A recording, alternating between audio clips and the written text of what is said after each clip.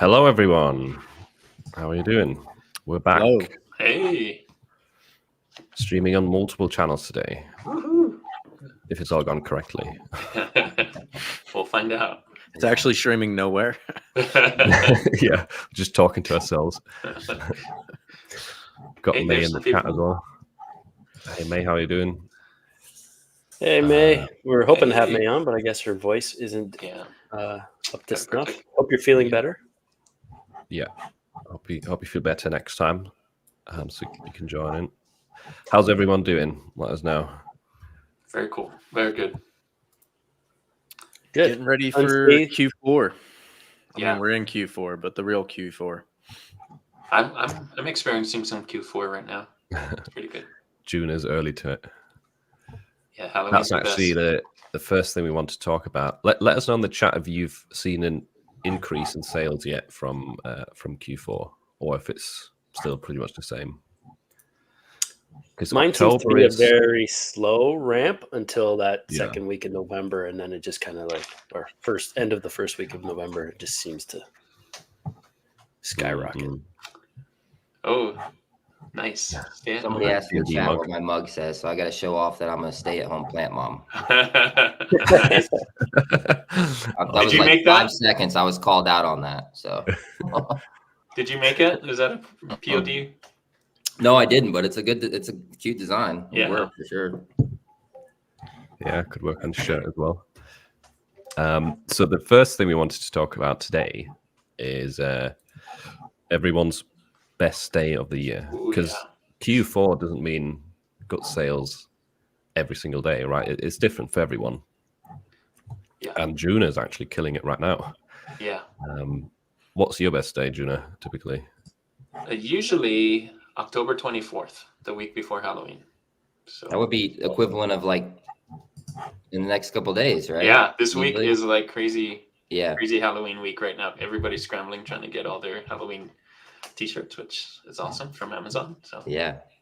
it's awesome. So you get more sales in October than you do during December.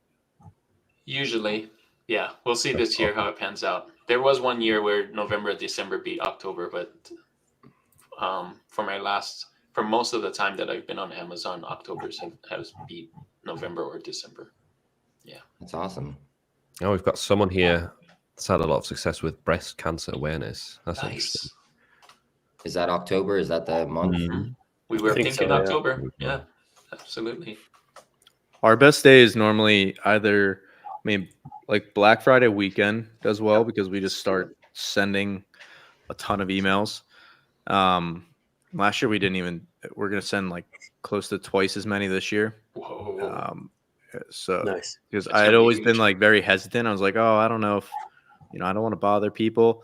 Then Don't if you wanna be really spammy. look at like what other brands are doing, like they're just blasting everybody. Plastic. And Oh, it's like people are just used to it. So Yeah. like on Black Friday, we're going to be sending out at least 2, probably 3, and doing the same Cyber Monday Yeah. and like for 3 weeks leading up to it. Because Black Friday actually falls in the last week of we have one less week of the holiday shopping season Really? this year. Whoa. Yeah. But then So our actual peak day it's either December 13th or 14th, right up until the shipping cutoff deadline. That makes But sense. then after that, we just switched to like selling gift cards and like digital products. But yeah, that day is normally the highest point of the year. People are last minute shoppers, man. They like wait, Mhm. but I think you're right at sending a bunch of stuff Black Friday because people are looking for the deals on Black Friday and looking for the deals on Cyber Monday. So Yeah. Mm. And it's a great time where you can get away with like giving out discounts without Mhm. discrediting your brand because Mhm. people they're looking for it. It's not Yeah. they're not seeing you as a discount brand for running a sale on Black Friday. It's pretty normal. Mhm. Right. Yeah, and I guess no one's going to call you spammy for sending emails on Black Friday because Mhm. that's literally what everyone is doing.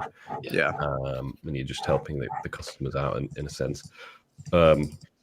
Interesting because for me on Amazon last year it was the 10th of and the 10th or 11th of December, so a few days early. I don't know if the cutoff was that early last year. I don't know, but after that it dropped Mine- down. It's interesting. Mine's exactly a week later. My record day was December 17th last year, Oh, really? 2023, on Amazon merch. Yeah. Cool.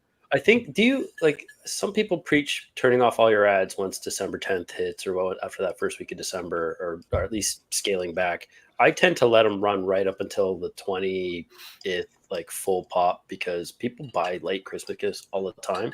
And it seems like my sales have continued to ramp up until just after Christmas, like Boxing Day in Canada and whatever, the 26th.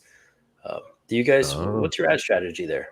Do you guys pull back? Sorry to get right into the thick of things here, but I do usually pull I back do too. as soon as the date says, Yeah. delivers late. Yeah. Me too. I don't turn them off, but I'll just turn the budgets down to Yeah. maybe $1, a couple bucks, just to kind of get through that for turn of the first year, and then I'll kind of re-optimize for post Q4. But I think people, there's the cutoff, right? That it's shipped to, but there's definitely people that still shop after that from like gift cards, and a lot of people celebrate Christmas not on the 25th. Like family gatherings. Like I've celebrated Christmas on New Year's. yeah, So totally. there's definitely still some money to be made there in that window. After the ship date. This print on a man cancer looks like a League of Legends. That's a compliment. I'll take it. Yeah. And someone said today's hat day. We were literally Souza. joking about that before we went live. We pressured Chris into putting on a hat. I got peer pressured into wearing a hat. Terrible, right? There's been worse things, right? But yeah, my Black Fridays tend to do really good in terms of sale numbers as well, but the royalties are always a lot higher on like the last few days in December, that shipping time. I don't know if that's the same for you guys, because Black Friday is definitely a strong day. It's a strong day. Yeah, royalties are lower. Yeah, and the other thing that I've been talking about this a lot with our community, like getting ready for Black Friday, Cyber Monday. It's like people put there's like a lot of hype and pressure around Black Friday for like some valid reasons, like it's biggest sales time of the year. But especially this is like your first season selling. Like the most important thing is like continue doing all the things you're already doing. Don't let it like throw off your game plan entirely.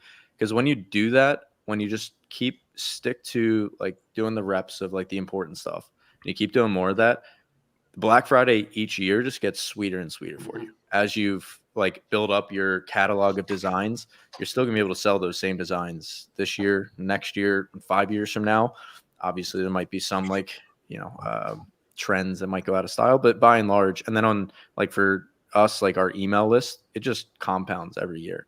So it just gets better and better. And like I think it just comes down to like viewing the business as a long-term game.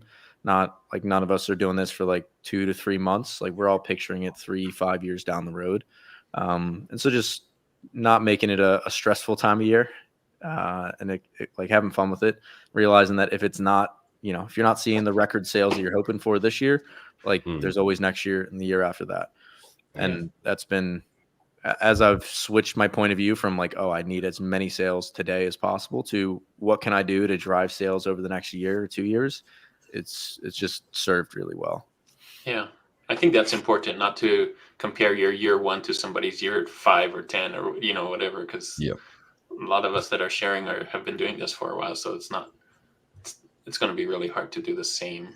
I mean, there are unicorns out there that do have some fantastic year 1s, but year 1's going to be tough, or not as good as year 2 and 3 and 4 and so on.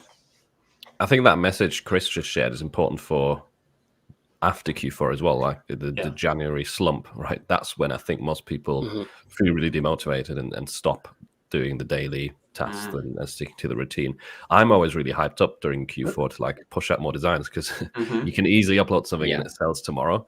It kind of makes it a lot more exciting. But then when the sales go from like the peak to the lowest time of the year, that's when it gets depressing. But again, like even what you upload in January is going to help you out for next Q4, unless it's some random trend.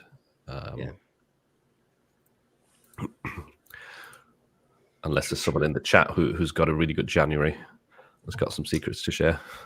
Yeah, January on Shopify is actually like not bad because the CPMs drop like dramatically. It's definitely lower, but Mhm. like all the big companies have like their giant Q4 marketing budgets that they're just going to spend regardless. So CPMs, which is just basically like the cost of the competition, skyrockets. But fortunately, like people are just buying a ton more, so it offsets.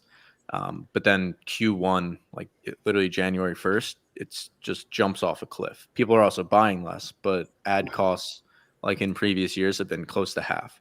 So you're able to drive traffic a lot cheaper and like still do pretty well if you're just like thinking about it the right way. I get a lot of sales. Oh, sorry. I get a lot of sales in January for motivational stuff, New Year's and things like that, gym stuff. So yeah, I was going to say Valentine's. the same type of thing for the first week of January or so too. I still seem to have some steady sales there, but the second week it just jumps off a cliff. But I just wanted to touch on what Chris had said earlier in terms of like the the Black Friday, that whole weekend.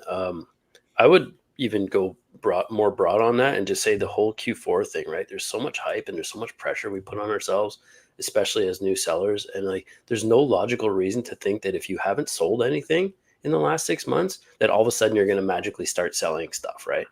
Realistically speaking, if you've gotten some kind of steady sales throughout, the first 9 months of the year, then it stands to reason that those sales could be amplified or magnified through Q4, right? It's just the nature of the beast. But if you haven't figured out how to sell to your particular audience, there's no reason to think there's this switch that just flips and then all of a sudden you're making sales, right? For me, I like to preach basically like to try to continue to work on the evergreen stuff. Typically, you can have some seasonality in there if it makes sense for your niche, but I would say like to try to make designs that you hope to sell in February, in June, in the slow months, right? Focus on those so that when those times come around, you don't have those massive like fall off a cliff valleys that Q1 can be, right? 100%. And even like during Q4, like I always like anecdotally, I'd be like, oh, it's Christmas is coming. And this is Shopify over here for everybody watching. So like it's different by platform, but I would be like, oh, Christmas and holidays are coming up. I need to switch all of our design team over to making just Christmas designs. Like that's all that people are buying. And then finally this past year, I looked at the data and realized actually like nobody was really buying that. Like look at our top 20 bestsellers in like peak Christmas season. Like number 18 was sort of Christmas related. The rest were just our rest of the year bestsellers. Bestsellers through the first 9 months, right? Yeah, exactly. And it makes sense because like if you're picturing people are buying a lot of gifts, if I'm going to buy like my friend a gift or a t-shirt, am I going to buy them something that they could wear for the next 2 weeks? Or am I going to buy them something that they'll like year round and like really resonates with them? Like you're going to buy the year round gift every time. Now there's some people that'll buy like the ugly Christmas sweater thing for like parties and stuff, that kind of theme. But at least for me moving forward, I'm putting way less emphasis on like seasonal designs. Still do some, but realizing now that it's like 80-20, 100%. Yeah, that's a good point. Makes for sure. Because people get distracted by that, I think, focusing too much on like Christmas themed, Halloween themed designs. By the way, I saw a comment saying we can't see your questions. We can definitely see your questions. We usually chat about some general topics first, and then we do a Q&A. And we'll also do some shop reviews later. So I've just posted a link in the chat with a Google document. And wow, I'm throwing out like general stuff, and then June is in there saying, I sell 63% standard shirts, 20%. All right, I'm done talking. You're Amazon makes it easy to do that. I'm not like, I just went to my tab and just like, yeah. So yeah, See, don't forget about the hoodies. Hoodies are good. Yeah, because somebody asked if they. Oh, sorry, but somebody asked if I do more hoodies than t-shirts. But actually, Q4, even though it's cold, still more t-shirts. So go ahead, Chase. Sorry, people still wear t-shirts under the hoodies. Yeah. I'm 97% t-shirts. Whoa, that's even better. That's cool. At least for last year's stats, anyway. Yeah, these were last year's stats. Q4. Right. Then another thing I wanted to ask everyone is what's your favorite part of POD? Is it Q4? Or is it like a specific aspect of it? I love that I can, because I'm a designer by trade. I've been designing for a long time, and you hear about the starving artists and all of this stuff, and I'm just so glad that I found a place that I can use my art to make money and support my family and things like that. So that's been the greatest blessing for me, is to I don't do freelance, I don't do any of that stuff, but I put all my all my design stuff into POD, which one makes me feel happy because I can design, and two, it actually pays off. So yeah, it shows as well. If people watching haven't seen the Detour Design with Detour challenge yet, it shows how passionate you are about design. Those designs are awesome. thanks. AI helps for sure. It's not all AI. You can't really follow up mix. Juno. Like, I was going to talk about the scalability of the business No, model. man, After Chris, he's talking about fulfillment and like, That's it. Next topic. yeah, like, that's tough. But yeah, my less wholesome response is that I've done like 3PL and drop shipping and different businesses, especially 3PL. Like, we had a yoga brand that started off as print on demand, and then I had the brilliant idea of like, oh, now we're going to sell yoga mats, so I'll just find a supplier and then switch to a warehouse and spin up a global supply chain. I hear that's easy, and no, it took me away from like the part of the business that I love the most, which was like making the designs, just making really good products, and I love the marketing, and it switched it to entirely like 90% of my headspace was about, how do I find new suppliers? Where's our shipment? Oh, it's currently in the middle of the ocean. Oh, it got stopped by customs. All things that are solvable for other businesses. But for me personally, I just love the simplicity of print on demand and how scalable it is, and how you're able to like keep your focus on like the really creative and fun parts of the business. Absolutely. What is this comment? I heard Adam asked ChatGPT to analyze your hat choices, and Chris won. Chris, nice.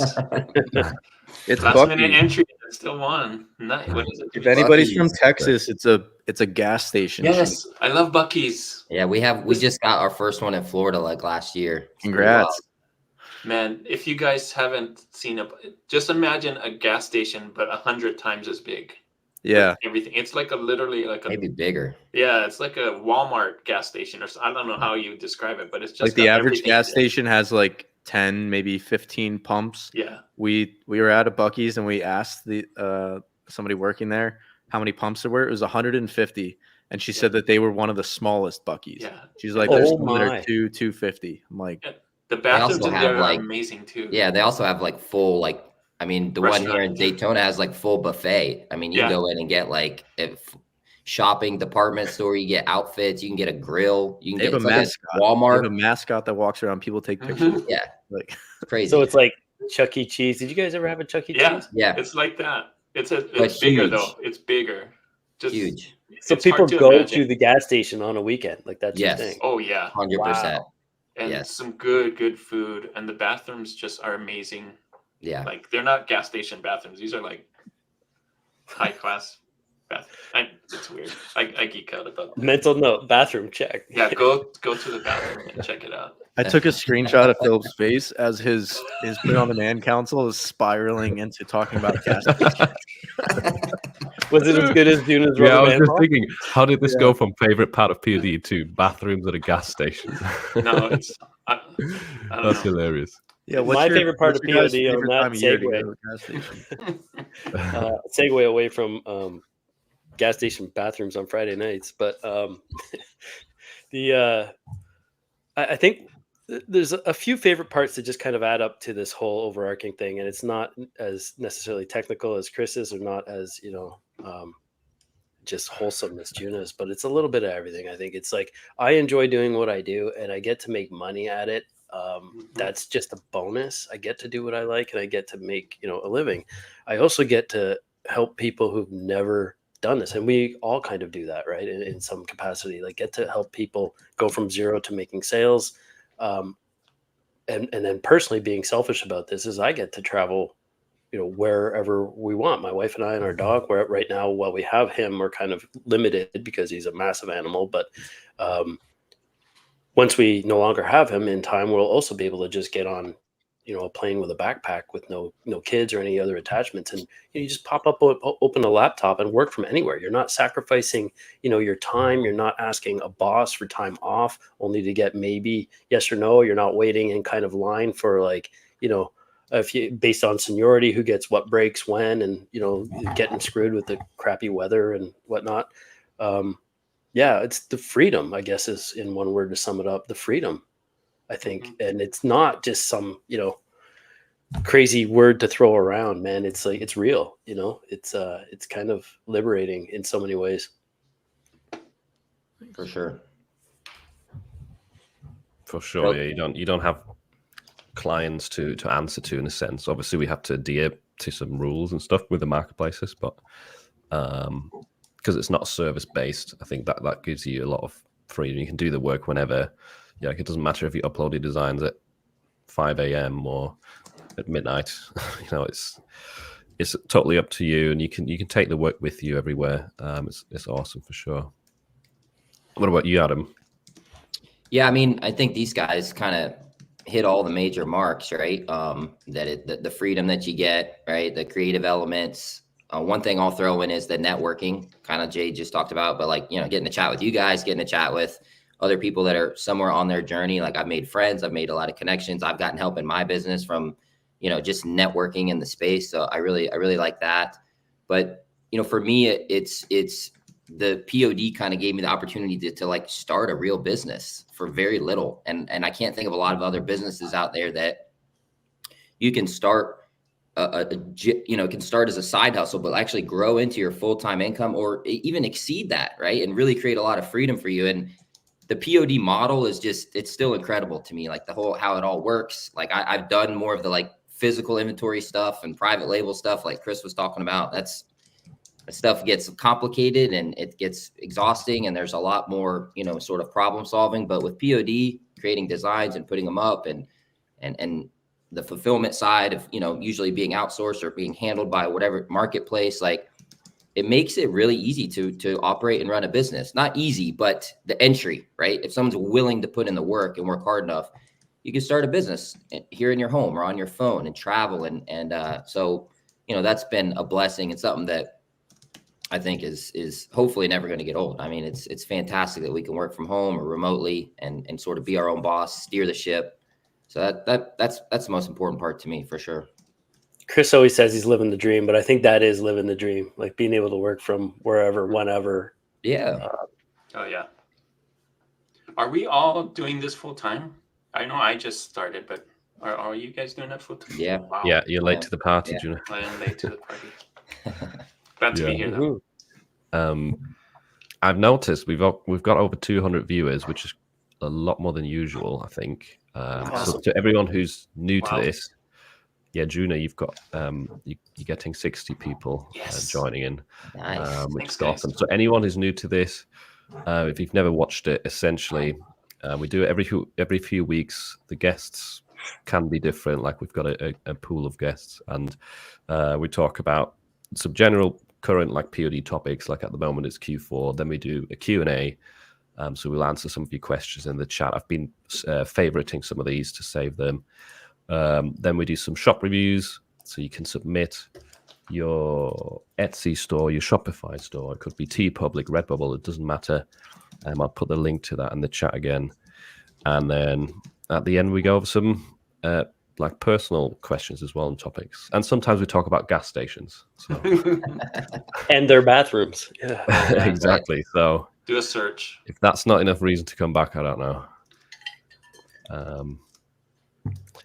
But yeah, let's look at some of your questions. Now's the time to ask. I'll look at some of the ones I saved earlier. Someone asked a Shopify question. Oh, here you go, Chris. Is it possible to add the add to cart option later on in my Shopify store? Don't you need that from the start? Yeah, like later on time-wise, like in your setup, or you mean later on in your funnel? That's a good question. But yeah, if you're talking time-wise, you definitely need that. It should be from the very start. Okay, we'll see if he clarifies that. Maybe it's just a misworded question. I think the AI question is cool. I think there's a bunch. Is graphic designer still needed in this era full of AIs? Could probably answer that. Oh yeah, I saw that one as well. Let's talk about that then. Is graphic design still needed in this era full of AIs? Are they replacing designers? I think it's still needed. Yeah, absolutely. The graphic designer that knows how to use AI is probably going to do a great deal more because it's a tool that can help do your designs faster. But I don't think, like, even a traditional graphic designer, like a lot of these brands that I follow on Twitter and Redbubble, they do their stuff by hand. They don't use AI, and they're still competing. They're still getting lots of sales. But so I don't think it's going to replace. I think a lot of people like to use AI as an excuse, maybe because they're like, "Oh no, it's saturated again." It's but it's a tool, man. It can help, and you don't need it, but it definitely can help. Yeah. Yeah. Just like drawing by hand has not been replaced by Adobe Illustrator or Procreate. It still exists, and people still do it. Yeah, and there's still people paying money for it. It changes the ratio a bit, maybe, but like basic design principles, I think you need to know, right? You need to know how to lay out different elements. I think AI is going to give you it's pulling from a million and one sources and kind of spit out based on what you're putting in there. But if you're also conversely using bits and pieces and trying to make this composition, then good for you also. But it's very easy to over design if you don't know, and I think you need to know more about graphic design the more stuff you add, so that it doesn't look too busy or too much like a 6-year-old collage kind of thing, right? Keep it simple, but yeah, I think like the basic things like contrast and hierarchy in design and typography, those are the basic elements of graphic design. And I think if you can at least learn those to like a really amateur level, at least you'll be way ahead of the competition that way. You're just kind of like copying or doing things and not understanding why. So yeah, I don't think it's going anywhere anytime soon. Yeah, it's just too much that matters that way. Yeah, I see it evolving into, or maybe it's already getting there. I see it being in like the same class as like a Canva. How it's not like Canva is going to be replacing your graphic designer. It's just going to be like a tool that designers become proficient in using and will have its place. I mean, picturing 5-10 years out, it's really hard to say. Like anybody who's guessing where AI will be in 10 years has no idea. I have no idea. I can safely say that. Like even the guys, and people like designing the AI and engineering it, even they have guesses, but so it's so hard to say when you look out far enough into the future. But I think it's pretty safe to say like 6, 12 months, 18 months from now, at least where I see it, is just within the class of like a Canva tool where super useful, can do a lot of really helpful things. And, but it won't be putting designers, out of use or anything. We still use designers with like some of our more complicated designs. Yeah, you can't do everything with AI, right? And I'm sure your designers probably use a mixture of something like Canva and AI tools, probably, right? Yeah. And I just literally hired a designer as well who does exactly that. They use a combination of Illustrator and some of the AI tools like Flux, Ideogram. And yeah, I think anything that makes the process of like putting what's in your mind into like a visual thing, if there's anything that makes that easier, that's a good thing in my opinion. And I would say caution on using AI just to pump out 1,000 designs that nobody wants to wear, right? So make sure to use AI wisely. It's not just this thing that you can just click a button and create tons of stuff and put it online and people are going to start buying, because you still need to make a design that people want to buy and wear and things like that. So that's a key at the end of the day, right? You got to make stuff that people want. Yeah, if you're not, then you just have an art project, which is awesome if you're looking for a hobby. But if we're just making stuff that we ourselves really like, then that's an art project and not a business. And something that we've, building on what you guys are saying, something we've observed looking at like the most successful students versus people who just like try their best but end up, it doesn't go their way.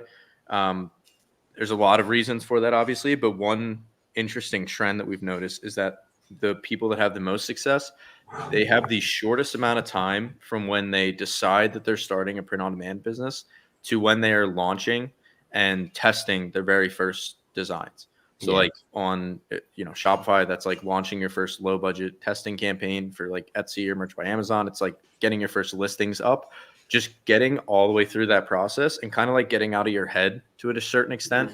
And I think a lot of that comes down to recognizing the fact that I don't know what people are going to want. The only way that I do know what they want is by putting it in front of them and seeing what they vote with their wallet to show me that they actually want. And I think when people like spend 2, 3, 4 months just making designs and just, which is great, it's a skill you should always be continuing to improve, but if you do that in a vacuum with no feedback from the market, you're kind of you're doing a disservice to yourself, because it's very easy for us to like get in our heads and not, you just get through it, get your first designs up, get to market as quickly as possible. And that's been the trend that leads to the most success. Yeah, I agree. Done is better than perfect, right? Get them up there, get them sorted, and then listen to your customers, right? Like based on what's being purchased, that's where you can kind of pivot in that direction, or at least like put more of your focus in that direction, do more of what's working. If customers ask you for specific requests for customizations or for a different product, that's where you listen, right? Like if you just start listening to what's working. But don't worry about making that perfect design. It's like, waiting for the perfect time to have children, or waiting for the perfect time to retire from your job, or, it's never going to happen, right? There's always going to be something that pops up. I totally agree with what Chris is saying there. Like just get the people, same thing. Like the people I see, are the ones that are taking action the fastest. Like the shortest time spent between making a decision and then taking action is always going to win. I agree. I think there are some people that I hear that they put like 100, 200 designs on there and don't get any sales. And that also can be something to look at. Like, okay, so if those didn't work, then make some changes, right? That's still data that you're not getting sales. So try something different. That kind of relates to what this person has been commenting. So they said, first time tuning in, started uploading on Redbubble and Teespring. I've only had a handful of sales of about 100 designs on Teespring, 0 on Redbubble. How to stay motivated to create. And in a different comment, they said, it's been about 6 months. Yeah. So first of all, what I would say to that is it's common that the first few months that you upload and create designs that you barely get any sales, but also the potential on those marketplaces that you've mentioned is fairly low. At least from my experience. I know Teespring used to be good, I think, back in the day, but now I think if you only trying to get organic traffic, it's almost impossible to get sales, right? Yeah, Redbubble's tough. Teespring even tougher, I imagine. Redbubble's like really good for stickers. So if you're designing great stickers, t-shirts, okay too. But yeah, it's tough out there, man. How to stay motivated to create. The results with POD are usually delayed. It's even for me, like if I upload new designs now, they rarely start selling within a week. If that ever happens, it's quite a fun moment. If you get a sale within the first day or the first week. This is with like organic sales, right? But how do you stay motivated? You have had a few sales, so I would look at those designs and figure out what can you do that's similar to those designs that have sold, or can you upload more to that niche if that's what's been working. But I would definitely say expand or try and expand to other platforms. Other things that keep me motivated is like when I share on social media and can get some good feedback from people. Like you can send out stuff like, I'm working on this, what do you think? And that can be motivating too, just to hear back on either Facebook or what is it? Instagram is something that I use as well. So it's not, you don't always have to get sales to be motivated, although that is a good motivator, but I think there's other ways to keep motivated as well. I think that's a great point too. You said about like the social media, right? Like you can't always just join a Facebook group and drop your links to your stuff because it violates group rules. But what you can do is offer 2 potential iterations of a design you're working on, solicit feedback from the people in that niche or that group. They're going to feel vested in the design, listen to them, make changes. And then some of them, if you come back with the design changes, are going to ask where they can get it. Right. And that's just the nature of that beast. And I think it's, an easy win that way. But you also, to Philip's point and Juna's points is to delay gratification that way. Right. This isn't something like if you're looking on a day over day stats, look at least at your month over month or your year over year, compare yourself to the previous, quarter even, and measure your progress that way. I think if you're, trying to get sales based on a certain upload number, you're setting yourself up for failure right away. I don't think there's a particular number you need to hit to see, all of a sudden, sales happening. Kind of like hitting Q4 doesn't inherently mean you're going to all of a sudden start making sales. But I think the biggest one is if you can, second to delaying gratification and just think long term where you want to be in a year and work backwards, is have fun. Like stay motivated by doing something you enjoy. What are the elements of the design process you enjoy? What are the elements of, you're getting your feet wet in e-commerce that you enjoy? Focus on those and celebrate the tiny wins, like getting your first 10 listings up, right? Like those are wins, especially for somebody who's, starting from scratch.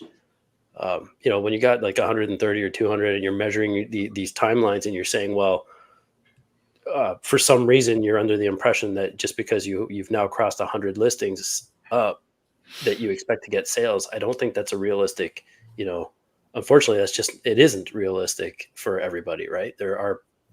If people know what they're doing and you've got, and you're not starting from scratch, you're starting from some sort of experience, then maybe, that would play a little bit more into it. But if you're starting from scratch, there's no reason to think that, just because you hit a certain number that I think you'll hit sales. But have fun. I think that's the biggest one. And similar to the delay gratification thing, the thing that motivates me more than anything, like in those down periods where you feel like you're putting in a lot of effort and getting little in return, like the inverse of what Philip was saying earlier, like during the Q4, it's easy to be motivated. It's like you can very easily picture 1 unit of like 1 hour of my time will likely result in X number of sales because the feedback loop is way shortened compared to normal entrepreneurship in general. It's like super delayed, like the classic example, the marshmallow test. But the thing that gets me through the most, like the valley period, is just remembering, like we all talk about competition and how it's getting more crowded and AI is like commoditizing it. And like the ultimate barrier to competition is like the effort that it takes. And keep in mind that period you're going through where you're making the designs, you're doing your best, you feel like you're showing up every day, putting in the work, but not seeing the results yet. Every single person who's going to potentially compete with you and take away market share has to go through that exact same thing. So your mantra, or my mantra that has helped me a lot, is this feeling of what I'm going through right now is exactly the point that other people turn around. And that's exactly why when I push through this, I'm going to end up winning, is that people will not be willing to pay the cost. And it's a good thing in a way, because if it was super easy, if it was, the lowest barrier to entry is click a button, do nothing, and you make money, then everybody would be doing it. Then there's no barrier to entry. Then the market becomes flooded, and then supply surpasses demand. The opportunity goes away. But so in a way, the struggle you're going through is a good thing, and it's the only reason that the opportunity exists in the first place. Yeah, totally agree.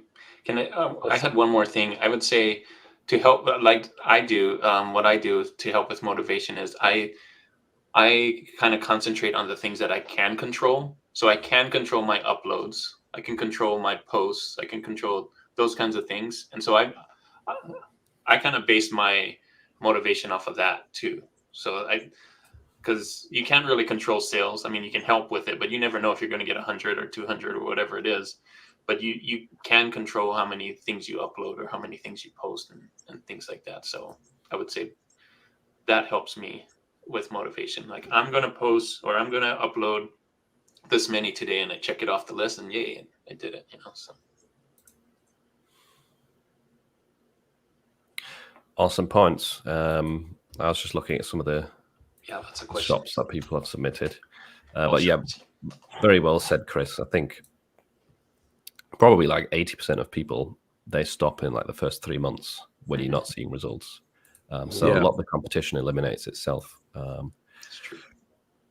Just last thing I'd add on that, because this really helped like make things click for me, is that every new opportunity that any person goes into, we all go through the period of uninformed optimism, where it's like, oh, this is great. Print on demand, so easy. I see people making this money. It's just t-shirts. Come on, like, why not?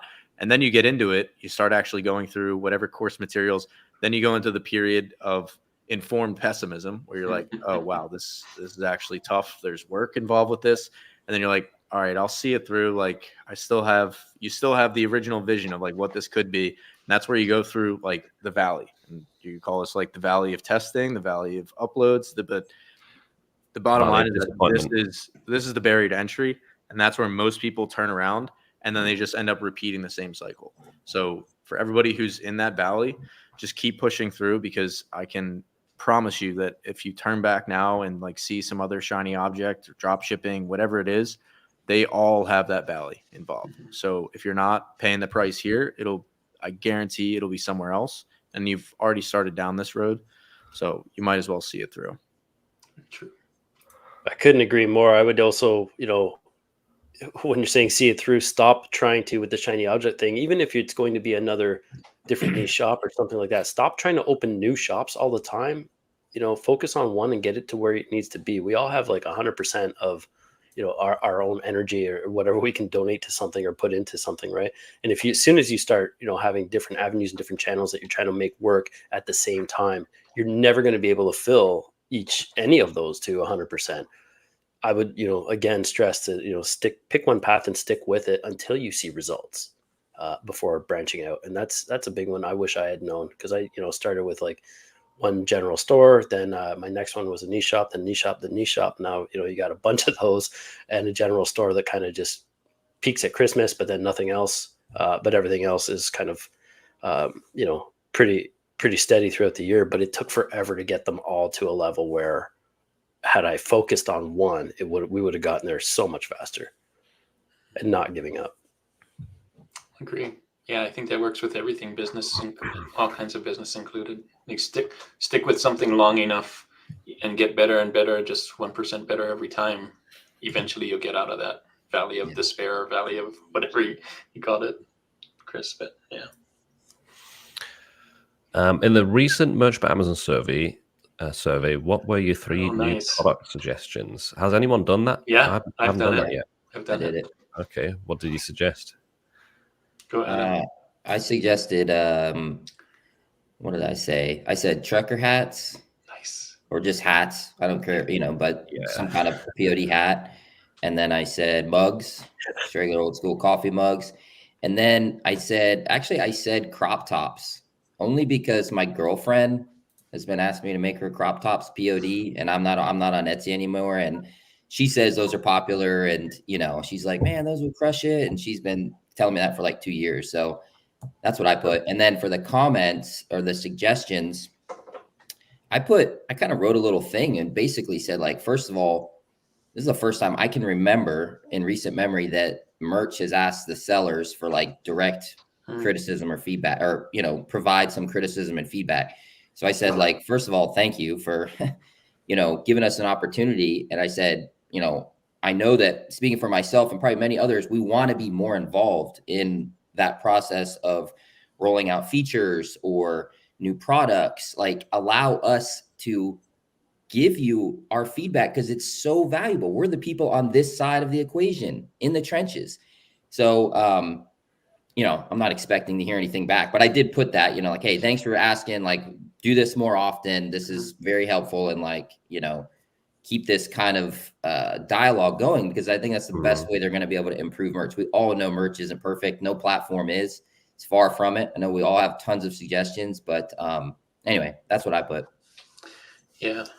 It's a good I think crop tops are in the works. That's what somebody said. They auto upload it, but we don't have access to it, but they have it. Yeah. So how the Tumblr's going? Has anyone had many Tumbler sales? I've probably got 5 sales so far. tumblers. Maybe like Not 10 bad. or so for me. Have you I have uploaded none some? yet. Jay? I have none yet. I've only uploaded to like 3 designs to Tumbler so far, Okay. but I haven't run any ads or anything yet. But I intend to do that by the end of the month. Ads. I didn't run any ads to tumblers. Philip, where are you Oh. at? I know you've been Yeah, on the Philip's the Tumbler guy. Yeah, grind. I've been hammering them. So I have been getting more regular Tumbler sales. I had a good day yesterday with them. I Nice. think I had about 6 or 7 sales That yesterday. is good. But I am also running ads, so that probably helps. Oh, nice. Yeah. Excellent. But yeah, they seem like a product that definitely has potential. Yeah. Like besides standard t-shirts, I don't sell that many hoodies, but I have started to sell quite a lot of tumblers. Good. That's cool. Yeah, I've sold some. I have both. I've sold tumblers with just the design on the front, and I've sold tumblers with both sides. So Both sides. I think Same. both could work. Yeah. What sort of topics have sold for you? For me, it's mainly been stuff related to animals, location-based stuff, some sold hobbies. Yeah, I sold a couple Halloween related ones. And I Halloween. sold some that Halloween were- as well. Yeah, I sold a couple that were like birthday, anniversary, kind of the scale designs. That's about it for me.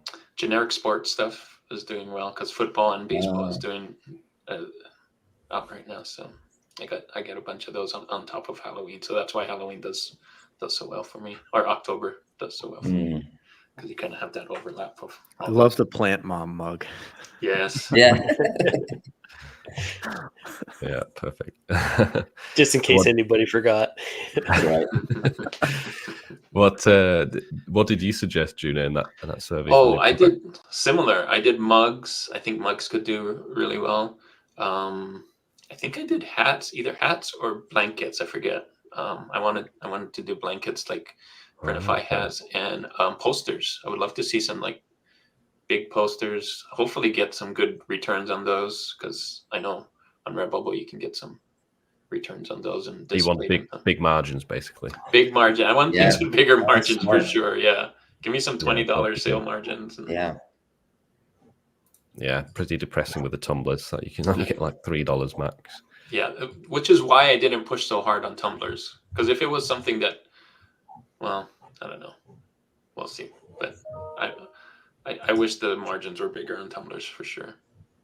All right, let's see what else we got. Thanks to everyone for sending in questions. We've had loads more than usual. So I doubt we'll get through them all, but thanks to everyone who's joined and contributed. So here's an interesting one. So how do you handle your designs and even mock-ups getting ripped off? Hate it. Don't care. Put a curse on them and then just move on. You know. I usually report them to these big ones right here: Amazon, Redbubble, TeePublic, and if I find it on Etsy, I report them. But like if it's some knockoff POD site that I've never heard of, then I don't really care. I mean, if they're making a lot less sales than you, there's a very slim to nil chance that they're going to be able to overtake your sales velocity regardless of the platform. So I think you're better time focused to I think it was Adam that said, is like focus on what you can control, right? What can you control? Or Juno said, create more designs, create better designs. If it's a listing or a mock-up photo that people have stolen, then maybe, take that as a insight that you're doing something right. Maybe there's sales velocity behind it. Make different iterations of that same design, A/B test with different mock-ups as well. Try to become your biggest competitor, and, you're going to have all that insight, that data that they don't, as having stole your stuff. So like move forward, make better, make more.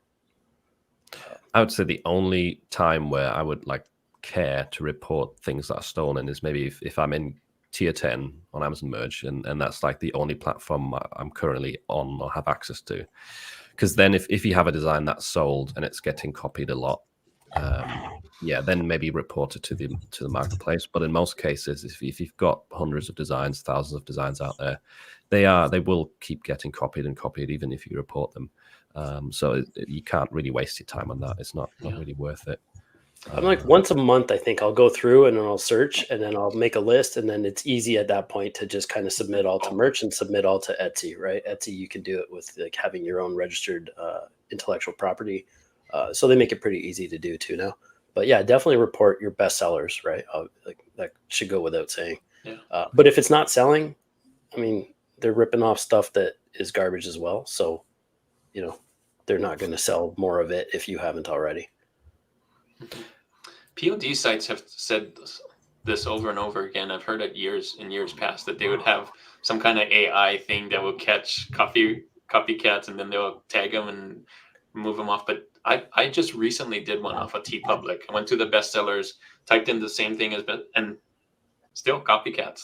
Like they're not catching them. So it's crazy. I feel like that would also just, you'd get your own designs caught in that AI trying to filter out copycats, and then your own stuff will get taken down. Yeah, that doesn't sound like something. It should go by date though. If you put yours first, right, and then it should do. Amazon merch has been doing a massive sweep though in the last 2 weeks or so. Looking up some, just because I saw on one of the Facebook groups, somebody mentioned that I wasn't able to find any ripoffs of my best-selling design, and I went to search and I was like, wow, a lot of these accounts are gone. Yeah, they're all seeing the dogs now. So that's awesome. That's cool. Got a new question here. I'm an Etsy seller. This is my first Q4. Where do you put your Q4 details, like the last day to order or to get before Christmas? Obviously the announcement page, but do you do pics and description? Good question. I would definitely, the announcement page is good, but most people I think will miss that. I think the majority of people will only really look at your listing page. So I would put it ideally somewhere towards the top of your description. And if you can do it as well, add a little slide, like a picture to the actual mock-ups. I don't know if you can do that in bulk with like the Etsy system, but I know you can do it in bulk with My Designs, like add one picture to the listings. I'm not sure if you can delete it after, but yeah, the more obvious you can make it, the better, I would say. The announcement page is not really enough. What do you do, Jay? I'm a little bit of a black sheep in this kind of thing. So I am an advocate for not putting any cutoff deadlines anywhere. Do not create friction where there otherwise would be none. People will buy. If you are looking at a shop, and this is the rationale, like if I'm looking at a shop that I want to buy from, and there's an alternative here, and I'm sure as heck not going to buy from the one that says I might not get it in time. I would rather kind of risk this shop who hasn't blatantly said that I could not come in time, right? Not to say that, shop A, that you still wouldn't get it in time, but just to, put out any kind of element of doubt when you're trying to create, consumer confidence or stuff like that. What I would do is if somebody reaches out to me and there's time, I would say, and never always commit 100% because, I've had mail trucks catch on fire. I've had, not my own, but in the process, right? Like there's been accidents, there's been storms, there's been weather, all things you cannot control. What you can control is the customer expectation. So I would, if they hit me up and ask, there's a very good chance. So while you should get it in time, I cannot guarantee blah, blah, blah. And then, that's early in the process, but it should be there. You can throw a number like 90% chance if USPS or the Postal Service does their part. If it's, already past time and you definitely aren't going to be able to get them their product in time, then I would say, unfortunately, our Christmas cutoff has passed. That's it. Like they don't need a date. They don't need anything. But, there is still a chance that you can get it in time if it's on that cusp, but you can't guarantee. And then obviously if it's passed, I'm sorry, but, Christmas cutoff has passed, but it shouldn't be much later than, Christmas anyway. Just for the sake of putting these big red banners and telling people to stop buying at your shop is what I'm seeing. Don't buy from me is what I read when I see that. Don't buy from me after this day. That is probably one of the biggest mistakes I think people can do. I'll sell right through the second week of January. People celebrate Christmas late. They just want to know they're going to get their item without any actual delays. So to me, I stopped doing that about 3 years ago, and I seem to keep, my sales don't seem to trickle off until well past most people. So I think part of that is because you're literally putting it out there to stop buying from you at a certain point. So your delivery estimate on Etsy, that will say, arrives past Christmas, but you won't actually mention it anywhere in the description or in a mock-up image. Okay. Yep. I'll just say, expect delays through holiday times and FAQs and stuff like that. Not just for Christmas cutoffs, but like weather and whatnot. But I'm always honest with the customer if they message me, but I wouldn't introduce the friction for no reason. Yeah. No, that's really, really good point, I think. And that's what I used to do. Banner that you talk about, Jay, is like it's the exact opposite on Shopify. I love adding the big banner with like a countdown timer because for scarcity and urgency, for sure. Exactly, yeah. And but it makes complete sense what you're saying, because then, like on those platforms, if I'm a customer, I see that, I'm like, oh, well, there's choices, a bunch of other options, dozens of options, just one back button away. So I'm like easily going to go there. But then for like pattern interrupt or like impulse buy, like marketing, for us, it's like you like this thing, you have to buy it now. Otherwise, like timer's going to expire and your opportunity goes away. So it like has the opposite effect. Yeah. The caveat there, though, would be like once your timer has elapsed or expired, you remove that part of the carousel, right? It's not just sitting there saying, don't buy from us, it's too late. No, we still leave it up and say, hey, just so you know, like it's gonna be like it won't arrive in time, to keep like refunds and stuff down. And then we just switch to like gift card offers, and then we build on it, like you're saying. Like people then see that and they're like, oh, I'm not gonna get it in time. We then do the flip side and turn it into like a deal, like a post Christmas deal, and say this is gonna arrive after, but because of that, you get XYZ discount plus gift cards. That's a good idea. Nice. That's cool. Smart. Interesting. And that's a good example, I think, to show as well that there's often different approaches to like the same problem, and they can work in their own ways. Like they have their pros and cons, but it's working for Jay and Chris, even though they're not really doing the same thing. I know it's different platforms, but I'm sure if I was on a platform, I'd be doing exactly what Jay's talking about. Yeah, it also mitigates all the customer interaction, right? Will I get it from this time? Will I get it from this time? It says no, but I ordered now. Like you're just kind of getting rid of the doubt entirely and letting people check out as fast as possible. Incentivize them, right? Like give them the sales. Like you still have the urgency and scarcity drivers that are built into Etsy that not dissimilar to what you have on Shopify. There's countdown timers in your cart. You can see that stuff. But yeah, just to introduce, any kind of elements of friction, I think is counterintuitive, really. On Amazon, you don't have a choice, do you? It just says arrives after Christmas. That's it. You can't really decide. But I mean, it's pretty fast too. If you can order on a Monday and have it in your mailbox on a Tuesday, those, a delay on Amazon is an extra business day or two, right? So, they're fast. That's true. Yeah, lots of ways to win for sure. That's an interesting tactic from Chris too. It's smart with the giving them the it's almost like a preemptive apology that you're not going to get it in time. So here's something we'll offer you through January or something, or through the first week of Q1. Smart. Pretty cool. Someone asked, how can we access the previous councils? So they would be, most of them are on my channel as like recent videos, I guess. I think they just get classed as videos, or maybe it's in the live stream section. But they should be there somewhere. You can always watch back the old ones, and from now on they should be on most of the channels, because at the moment it's live streaming on Juna's, Jay's, and Chris's channel as well. So you can find them there too. All right. What else? Someone was asking before. Where was it? Oh, is it too late to work on Thanksgiving? Do you recommend creating Thanksgiving specific designs? We kind of touched on that earlier with like holiday specific designs, not to focus too much time on it. The majority of sales that we get around the November, December time is hobbies, occupations, animals, more giftable stuff. Yeah. Rather than wear once and then return. Yeah. Which happens a lot on Amazon, by the way. I get so many returns. Halloween, they rent the shirts. They do.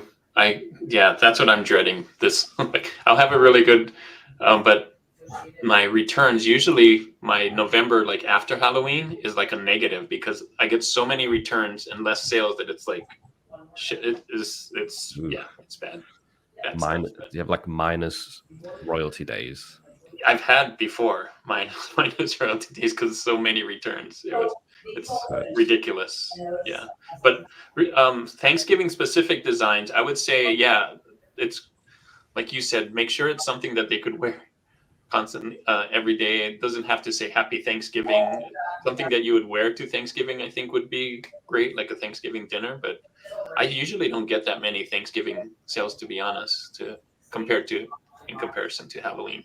It's nice to put it out there, but it's not a big one for me. Same. I'd say there's definitely still enough time, right? It's still Still enough time. 5 weeks out or something. So if you want to target people shopping for Thanksgiving, yeah, there's enough time to put up shirts. Funny family dinner T-shirts, I think, do well for me for Thanksgiving, but I don't do a lot of them or sell a lot of them. I would argue on Etsy, you're kind of, you missed the boat. I like to stay 60, 90 days out. Worst case, it's going to take them 90 days to figure out where to show you in search results on Etsy. But best case, you could get sales in a few hours. So, an average of that, 45 days, give or take.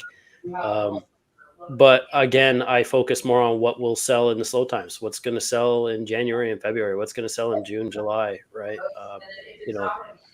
Work on the evergreen library and portfolio. You'll be happy you did this time next year for sure.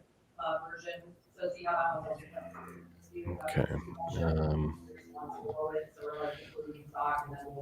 Right. Just trying to find a new question. We could also start on the shop reviews. We did get quite a few shops submitted. Oh, nice. There's also a TeePublic and a Redbubble in here. Ooh, TeePublic. Be different. So I'm going to try and share that screen. Let's see. The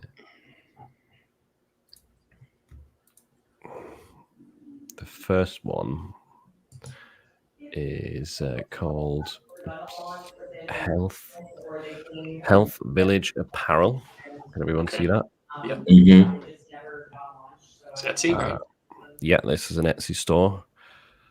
We've got soft, comfort, and high quality apparel. Looks like quite a nice banner.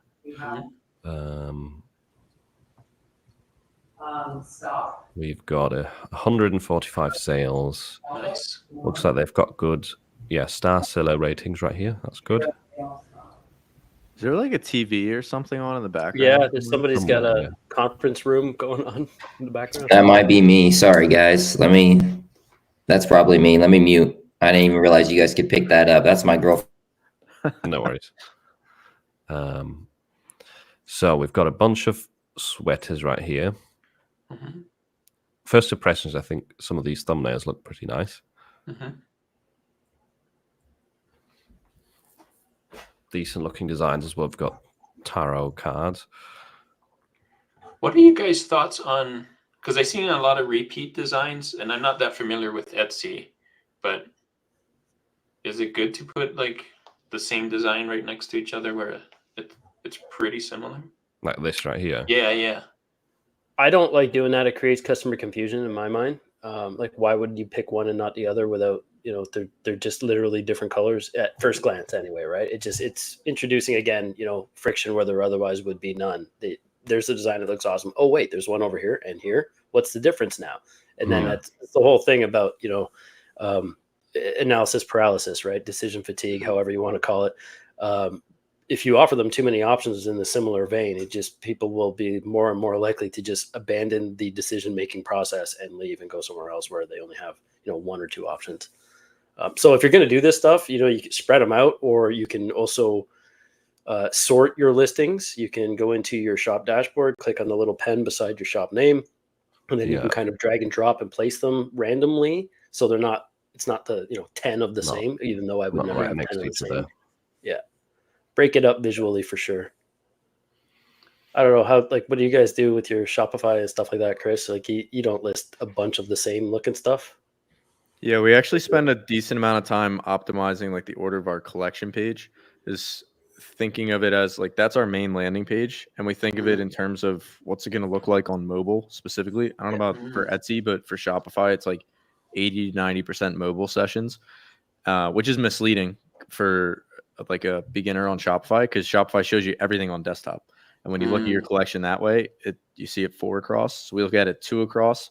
And in terms of the products, we try to kind of scatter them. We definitely don't put the same design side by side, is the short answer. But what we try to do is mix it between design styles. So I'll try to have like a typography design next to like just a graphic design, and I'll do different color shirts. And it's little things like that that make it more engaging as you scroll. Like just picturing a wall of white shirts versus like white, blue, purple, red, and then it's typography, it's graphics.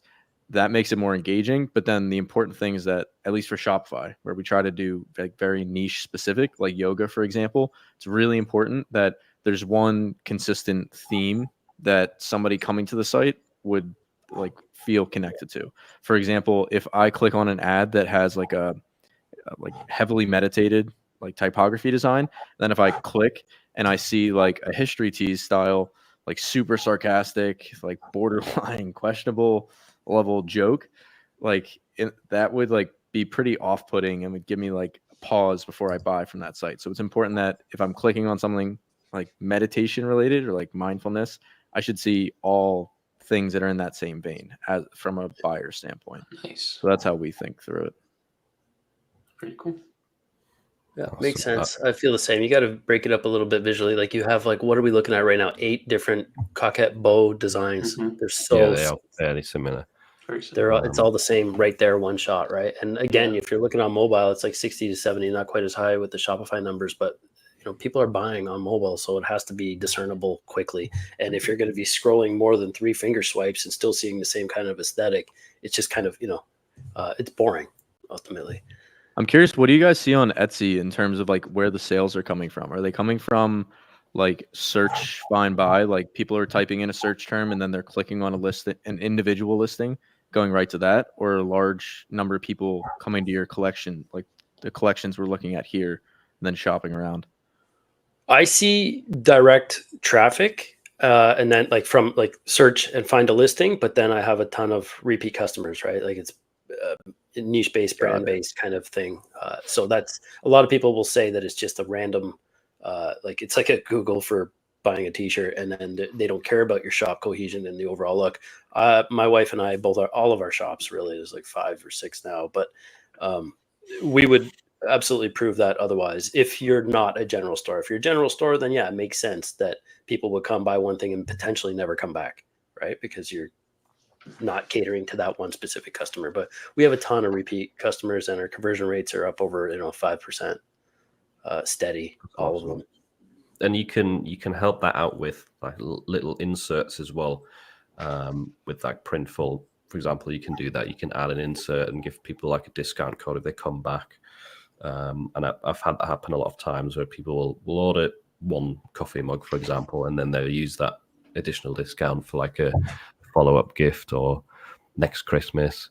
But also for me, it's majority come from search. Not necessarily from the shop pages. But for one thing that I want to say is a lot of the designs definitely do look good, and I like the focus on a lot of customized stuff. Like you can change the name in a lot of these listings, that's really cool. Which is good. The aesthetic of the shop looks good. It's clean, crisp. It looks really good. The designs are clean. They look good, except for that ER ornament is a little hard to make out. But yeah. This one, nurse is a bit hard to read. That's a good point. Let's look at our next shop. Thanks for submitting that one. Yeah, thanks. Hopefully that was helpful. We've got another Etsy. We've got legendary shirt right here. 245 sales. Wow. 5-star. Nice. Yeah, with 70 listings as well. That's a pretty good ratio if it's a new shop, especially. I like that the designs are fairly easy to see because a lot of these are quite zoomed in, but at the same time it's also hard to tell in some of these that they're a t-shirt. True. So these almost look more like a digital download to me. That's true. Yeah, some of them do look like mock-ups that you with the t-shirt, but then some of them are just the designs. Yeah. As soon as you can, I would expand your evergreen library, because I feel like a bunch of your sales probably came from Halloween. It looked like at the top that was showing up there, Halloween and some political stuff. So expect a drought if you haven't had any evergreen sales yet. Yeah. Yeah, this shop definitely seems a little bit more all over the place with the mock-up styles. Like sometimes it's very zoomed out, then it's extremely zoomed in. There's kind of different types of mock-ups. Yeah. A few random products in between.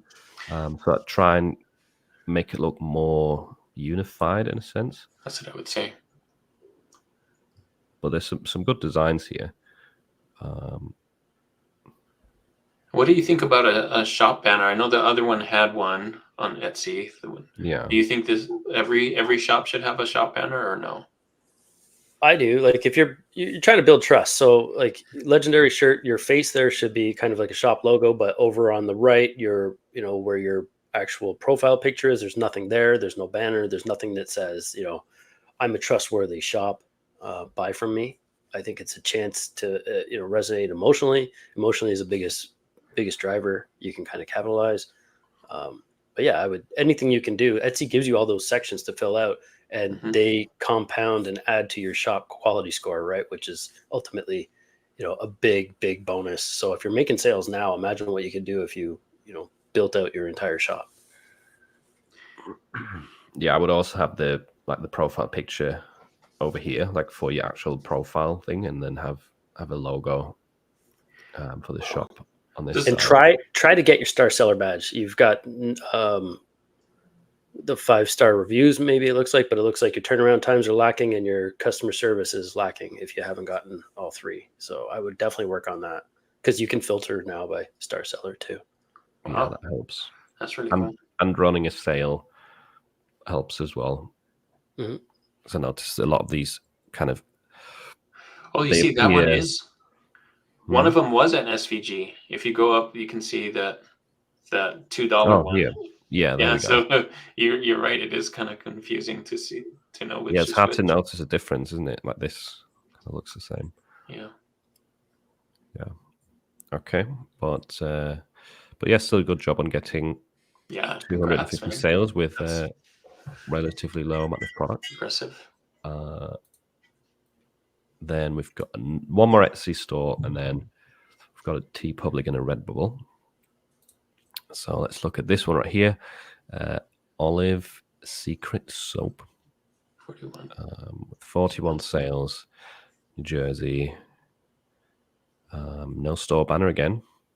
Yeah, you're going to want to build trust for sure. And you leverage the featured items. You got 3 more little stars you can put on items there. Nice. I was going to ask about that. So you can do what, 3 featured items? Four 4 for sure. If you have the regular free Etsy account, if you have premium, then you got 2 extra big thumbnails. One can be a product and one can be a shop section. Wow. Which is nice too. Yeah. That's cool. And then it gives you a carousel as well, right? You have like different layout options, don't you? With that limitedly different, but yeah, a little slightly different. Yeah. Do you recommend getting that? The I forgot what it's called. The premium Shopify Premium. I have it on my biggest shop, and what I like about it is the banner. You can have it click. It's a clickable carousel, so you can have it click and link to a shop section. So in my banner, I would have, for example, 3 or 4 people wearing those kinds of shirts for that particular shop section. So it's the same aesthetic throughout, slightly different. They click on it, they go to that, that particular shop section, which would be a sub niche in my niche shop. The next banner, same thing, goes to a different section, right? So you're kind of like, it's advertising right in their face. Same way a Shopify store would work. I think you can have clickable banners there, everything too. So it's just, leveraging the marketing stuff. For the $15 a month, you get about $7 or $8 worth of between ad fees and listing fees covered. So for the extra $7 that you're out of pocket, if you're going to pay for it, then leverage those marketing elements. But I don't use it in any other shop other than the one, but I can't say for sure if it's helped or not. I would have to turn it off and then, measure the same kind of Yeah. stuff year I over was year, I think. I was signed up to it for a while, but it was also tough for me to figure out, does it really make a difference? It doesn't show us any metrics of who's clicked Yeah. on the banner and that, which sucks. So my first impressions from this shop, I wonder what you think as well, is that the mock-ups don't seem very optimized for Etsy, or a lot of them. That's what I was going to say. They kind of have more that Amazon feel with the white empty background. I think the lifestyle mock-ups tend to definitely do better and kind of fit the Etsy aesthetic better.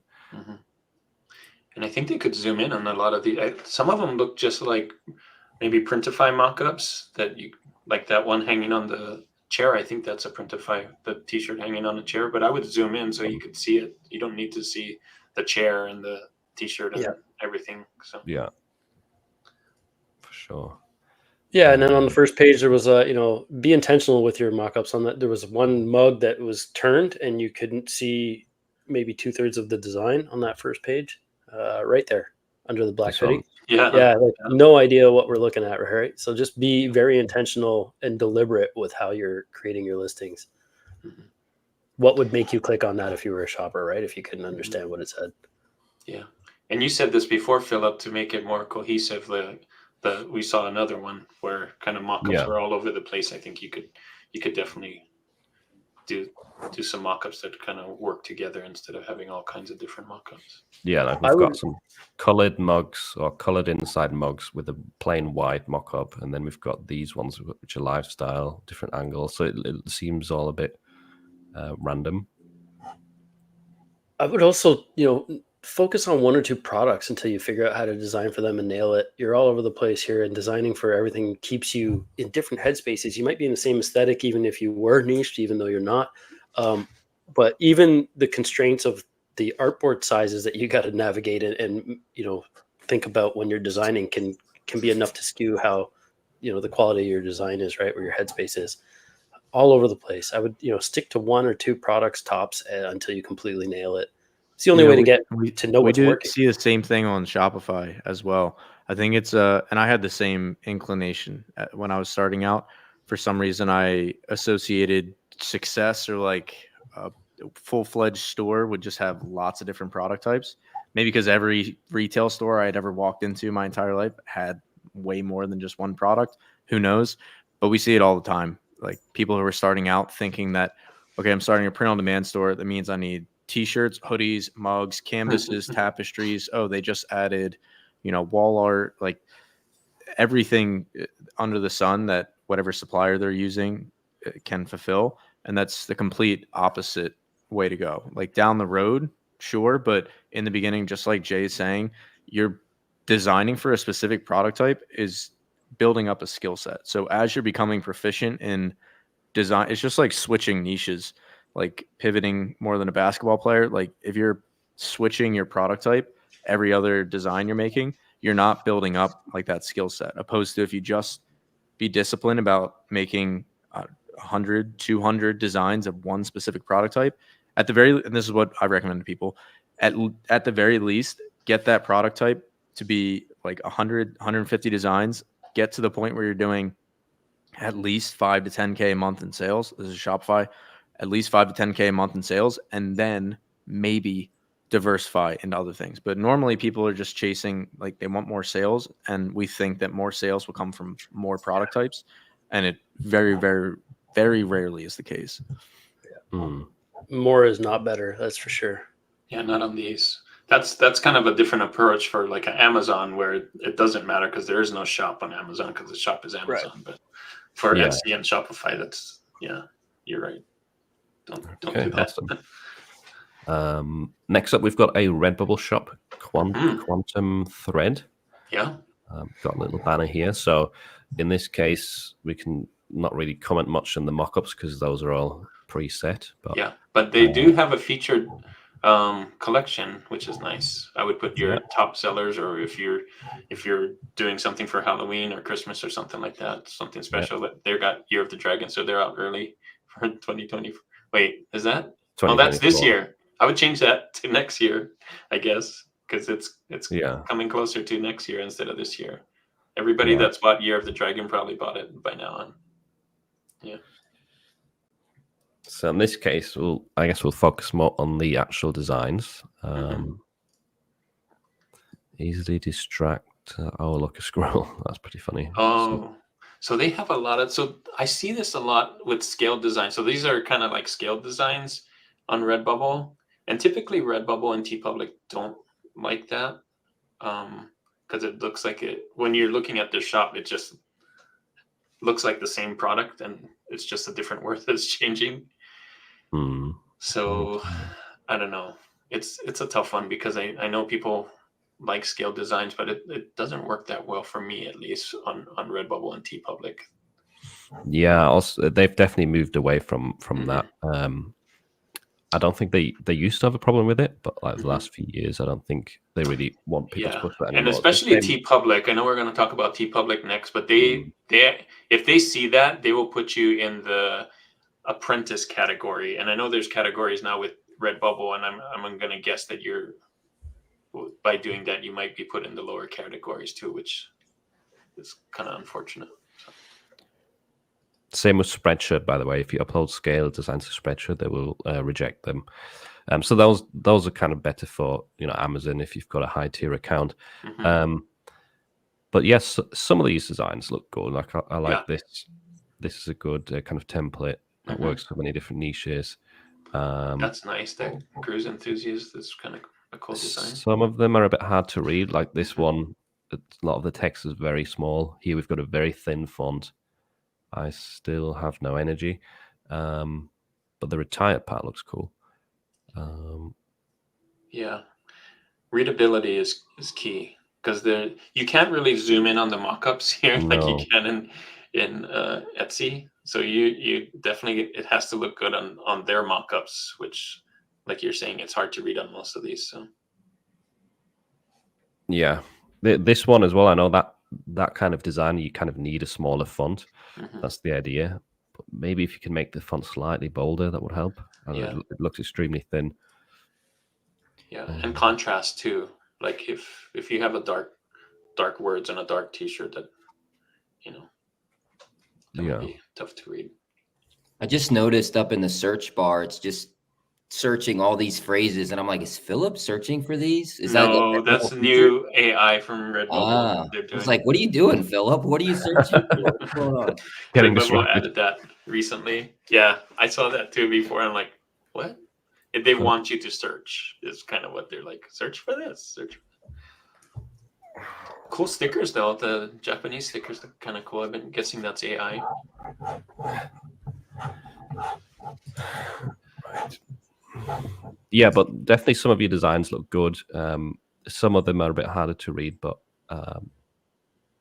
they're not all bad. This looks pretty good to me. I like Pause and Profit. Rabbits are my spirit animal. Saw some other spirit animal ones. Oh, this looks like a cool one as well. And this one is a bit easier to read, like the small letters. Are you able to choose your mock-up? Is it based on product type? It's based on product type. You can choose what product you want to show. Like you can show the default product being a T-shirt, or you can. A lot of times people just let Redbubble choose. But so, like on that one that we were looking at, the camping one, could you not pick a male shirt just so that it was more easy to read straight on? You could pick a T-shirt. I don't know if it defaults to male, but I have to check on that. It usually has the male or the female, I think, if you pick it's T-shirt. kind of hard to read a little bit. Yeah. Can you scroll up and let's see if it do by most popular, most relevant? Do most popular. Best selling. Yeah, best selling. Sorry. So this is probably their best sellers. Yeah. Maybe that's why it's up at the top. Those warning ones probably are their best sellers, but it's still, you still got a retired 2022 and a retired, there's a lot of multiple ones, which I'd be wary of making the same. Yeah. Okay. Right. And the last shop is on TeePublic. Oh, cool designs. AI. Silverback art and design. So yeah, we've got some design examples in the banner. These look like posters to me. Yeah, they do. Redbubble, not Freedom. Redbubble, TeePublic made a change where their shop banner is huge now. It's like almost twice as big as it used to be. And you don't have any links out to TeePublic, which makes it feel like it's on its own store and not a TeePublic store. So you can see that it's not really a good way to kind of switch and go back and see any other people on TeePublic, which I think could be helpful. So do you set your own banner or TeePublic sets it? You're saying you TeePublic? make your own banner. Yeah, but it's a lot bigger than it was before. Nice. And this is TeePublic. They just do designs. That's their thumbnail. Yeah. You can choose the background color of the thumbnail, but that's it. I still have some that are selling there but I haven't uploaded it and got to be close to 10 years now. Yeah. But again, that's a testament to the evergreen stuff, right? Like the stuff that works 10 years later still sells. I still make like $100 or $150 a month from TeePublic. Wow. That's awesome. Yeah, some of these smaller ones, they're hard to read. Yeah, this text or this layout with the text is a bit unimaginative, in my opinion. You can probably lay that out in a better way, where it's easier to read and looks more interesting. Unlike Redbubble, TeePublic sells a lot more T-shirts and T-shirt focus, and so I would make sure that your designs are laid out in a way that would work good on a T-shirt. And you can also pick different colors for your background. You don't always have to pick black, which I see a lot of black here, and I know everything looks good on black, but I would also kind of change it up. You have black and white and stuff, but yeah, like this unicorn example, that looks like a good design and it works well on the red. Right. Yep. Except for my last month, Cool. TeePublic has sent you $22 US. Oh no. Might have to go massage that beast again with some bestsellers I got. I like TeePublic compared to Redbubble. I like TeePublic because there's like 3 different ways that you can make money on TeePublic. You can sell your stuff. You can also sign up for affiliates, so you can sell other people's stuff. And if you get people to sign up under you, there's also that you get $1 for each sale that someone signs up under you. So they also drastically reduced the royalties, right? So you might have to leverage a few avenues there. Yeah, so TeePublic actually has 2 categories now, just like Redbubble has 3 categories. TeePublic has the apprentice and the artisan category. TeePublic's artisan category, you make $4 per sale on a T-shirt, but $2 when it's on sale. So they have a sale like every month too. So you don't know if you're getting a sale on a sale, but if you're in the apprentice category, you only make $3 on a T-shirt sale and $1 during a sale. So kind of it's janky. Pretty abysmal. Because they do run sales like 50% of the month. Yes. But yeah, generally, I think looking at your designs, you definitely have some designs that look really nice. Occasionally, there's text that's really tough to read, or you've put it on on a dark background when the text is also kind of dark blue. But yeah, like this design looks quite nice. This is an interesting layout. Like, there's some nice stuff in here. Week for food. Yeah, so you've got some good puns as well.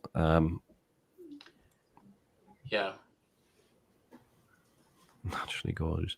But sometimes the layouts are a bit, in my opinion, like not very interesting or creative like this. The way this text is laid out doesn't look too attractive to me. I don't know, it's hard to describe. You can sort and filter by most popular too up here. So can you do the popular? I would suggest to do this on your own too, and like see what's selling on your end, and like, oh, this does really well. So maybe do more of these things. Yeah, that's a cool design. Yeah, which is probably why it's up at the top on the banner. Yeah. All right. Yeah, see, there a lot of more colors that you did before. So these are all different background colors. That's right. Cool. Desert planet. All right. Oh, it's kind of all over the place. It looks like Tatooine. Yeah, it did look like Yeah, that. it did. Yeah, You be can careful with get that. away with slightly more things on TeePublic and Redbubble than you can on Amazon for sure. That's not supposed to be encouragement, by the way. No, No. Don't test it. don't test it. You don't want your shop to get taken down either. All right. Thanks to everyone who submitted links this time. I would love to do a Shopify store someday. Yes. Yeah, I know. Someone I don't send know why one no in. one ever submits any. Oh, it's a shame. Which is the best platform to start print on demand? I think it depends what you want out of it. It'll have pros and cons for sure. I would have said there was a time, I would have said probably Amazon merch once I figured that out. But it's with the difficulties to get into and stuff, it's that's an obvious issue. That's an obvious barrier there. But now you've got the Printify integration with Amazon proper, so you're looking at a massive market, but you also have to pay for that. So I think to get your feet wet, Etsy's probably still the easiest with the built-in traffic. If you have marketing prowess by any stretch, then go for the Shopify, right? But know that you're going to need to drive traffic if you do anything off from a marketplace. But that's my take on that. There are people that have started with the Shopifys and have won there too, right?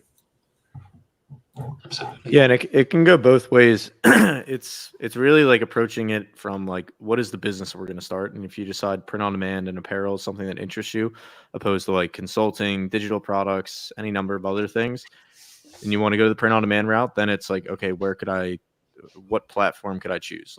And then there's marketplaces, there's hosting your own thing, and that's true for just about any business type. There's like Upwork would be the consulting equivalent to using a marketplace. There's those options in any industry, and then there's pros and cons like Jay was just talking about. And the good thing is that it's definitely a reversible decision, and it's not once you start down one path you have to go down. You should whatever you start with, you should stick to it, but there's ways that they can dovetail nicely into each other. For example, if you start the Etsy way, it's good for building up cash flow and getting your feet wet, like Jay said, and then building a Shopify brand, and then you have some positive cash flow from Etsy. Not saying it'll just happen immediately, but eventually you build a positive cash flow. You can then reinvest in building a brand, or the other way, start Shopify first, build up a brand and an audience. And then as you drive more traffic, you naturally get people that are Etsy shoppers seeing your ads. So then they'll go to Etsy and Amazon and search for your brand keywords. And just by starting Shopify and then launching on Etsy later, you start having all that organic traffic, draft is the term for it. So there's ways that they build off of each other. So it's not an either or type of thing. For Amazon merch, if anyone gets into it, I would definitely say whilst you're in the lower tiers, at least try and start an Etsy store as well, because you're not really going to be able to do much with a low tier Amazon merch account. But that is definitely one of the easier routes once you get it going, because then you don't have the fulfillment, the customer service, and the all of that aspect that you would do with Etsy and Shopify. It's just tough to get in. We had a question about that earlier, actually, about getting into Amazon merch. I don't know if I can find it now. But someone was wondering if it has to do with the location. It may. They never say. I think it's just luck, basically, because I'm going to guess that Amazon has so many spots open, and just because there's a sheer number of people that want to get on Amazon, they can only allow so many people on at a time. And if they only have they have more than 10 spots, but if they, for example, if they had 10 spots and 100 people are trying to get in, it's going to seem like you can't get in, because it's just the rate of accepting people is so low. And man, I really wish they would know about people signing up just to sell it, because there are people that sign up, get accounts, and then turn around and sell it, and I wish they didn't do that. So don't buy an account. That's bad practice. And I know people as well that have a really hard time getting in from the UK or from the US and who've applied multiple times. And I think sometimes people assume that it's just really easy If you live in the US, you get accepted straight away. But it's just as tough in the countries here, like in the UK, it's the same. And I have heard, for example, a lot of people claim that in Morocco you can't get an account, but I've also spoken to people that did apply and got an account from Morocco. Yeah. So I don't think it is as bad as people think with the location influencing it, but yeah, it's mainly just down to luck. Like you can probably just leave the application blank or say, "Hi, I want an account," and if you're lucky, you will get one. Yeah. And it's not skill either, because I've heard some people who are amazing t-shirt designers trying to get in, and they still don't get in. So yeah. I would still, nevertheless treat it like a job interview, tell them what you can bring to their platform, and be, gracious about it though, and not pompous, right? Nobody wants to, you wouldn't hire somebody who's like saying that I'm the shiz, right? So yeah, you want to just try. I think that's why I got denied. I started off my application saying. Did you say that? I said, "What's up, Jeff? You got the shiz here." Yeah, signed from Bucky's bathroom. Hey, we've got a special surprise guest. Everyone, welcome Shimmy. Oh, nice. Hey. Hi there. Shimmy, I don't know why I was watching it on the background, being like, "I just got the link. I'm just going to join." Yeah. Yeah, you should. Nice to have you here. You keep going. Well, if anyone's got any questions for Shimmy specifically, let us know. In the chat. One thing I will say is that, what Juna said, Amazon doesn't tell us why they don't or do let people in. So anybody that claims to know how to foolproof guarantee it is not being truthful with you. Same with the tier ups, right? Just because you're in tier 10, like what Phil was saying, I wouldn't wait just because you satisfied the requirements and criteria for tiering up of having the sales and the uploads. That doesn't mean that Amazon's going to just say, yeah, all right, stamped, you're approved, next. So don't wait, right? Leverage other platforms with those same designs if you have, and keep building on your design foundation. There's no rhyme or reason to a lot of what Amazon does, even to the point of the what we were talking about, the survey they gave us. Like, it'd be so much nicer, like Adam's point, if we could have more say or involvement in the process of what is working. We are literally in those trenches, but Amazon does a lot of questionable things, and it's always in September, October are the big ones, which sucks for everybody. But so I would, just don't wait around, right? Take action, and keep working on your designs and leverage as many platforms as you can if you're feeling stuck. I've even tried applying like as a full-fledged brand, like after we had run history tees for months and months, build it up. It's like it was doing well on Shopify.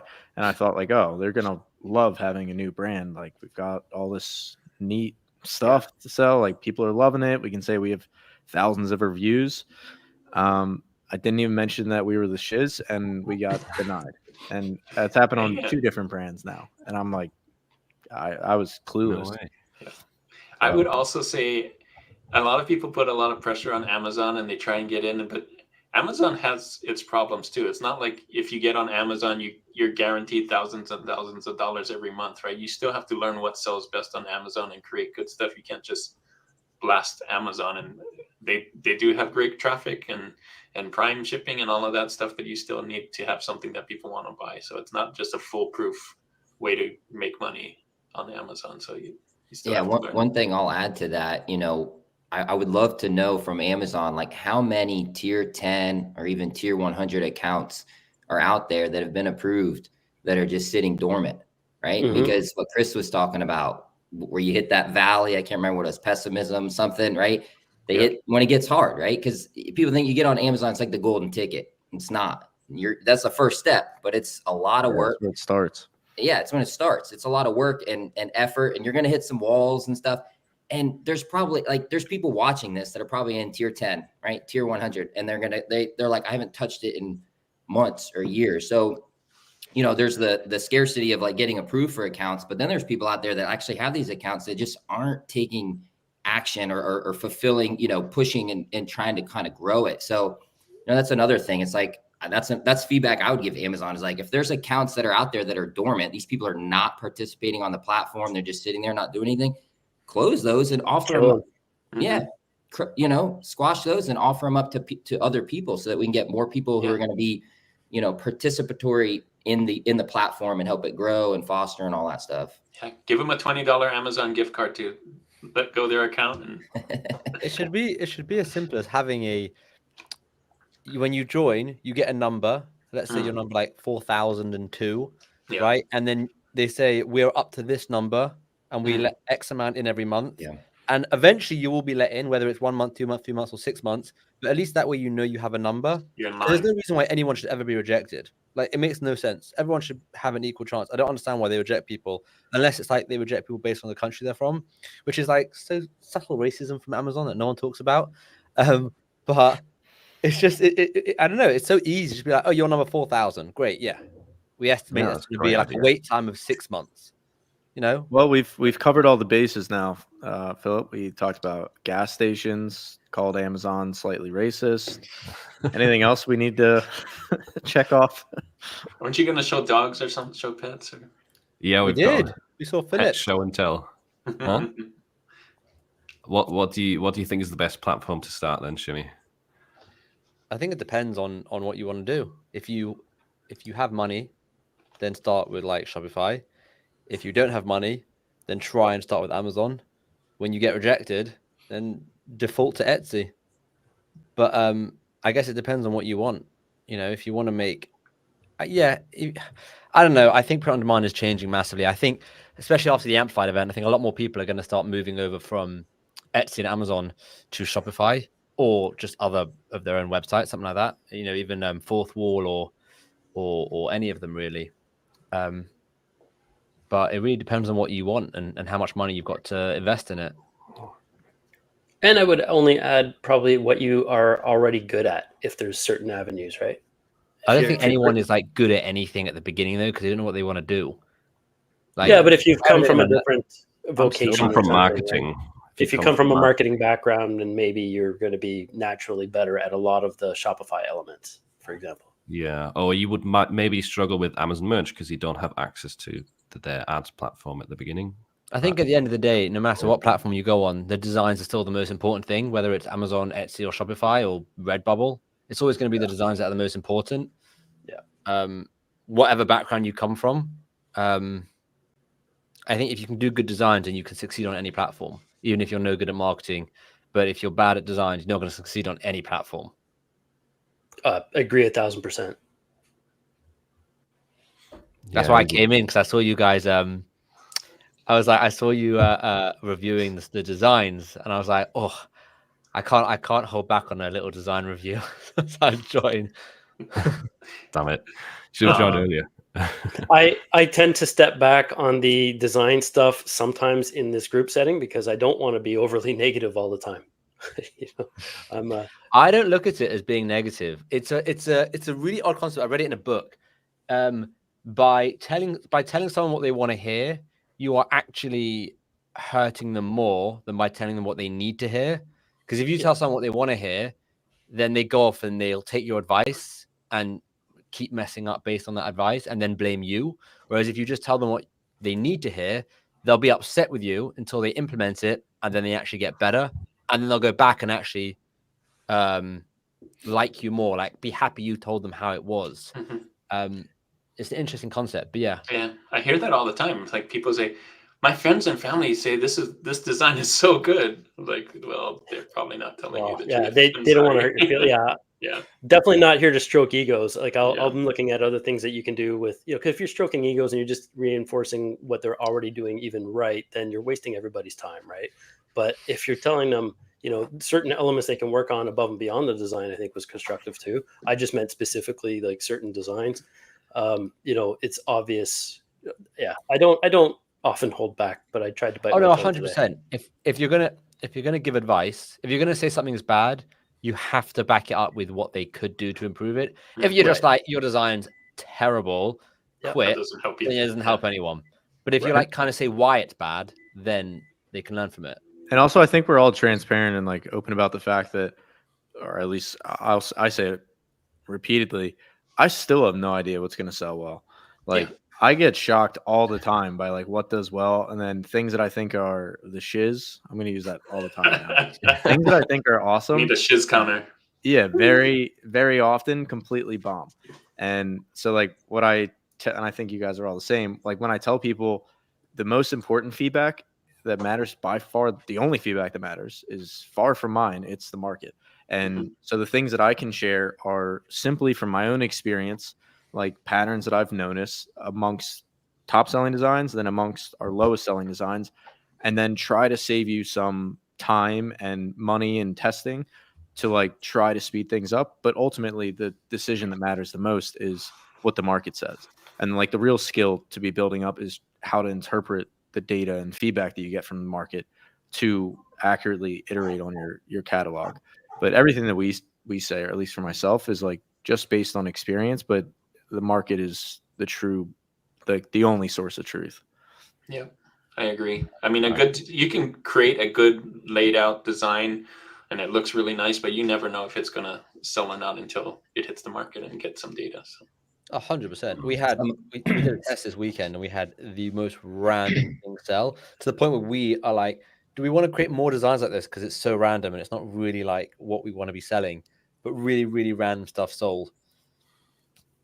You can't dictate what the market's gonna, what people are gonna buy.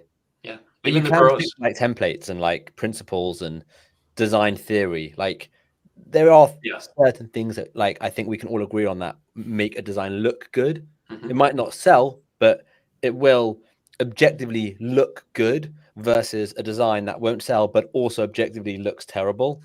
I think that's like that's like the difference. You're like giving yourself the best chance of getting a sale, whether you get it or not is not.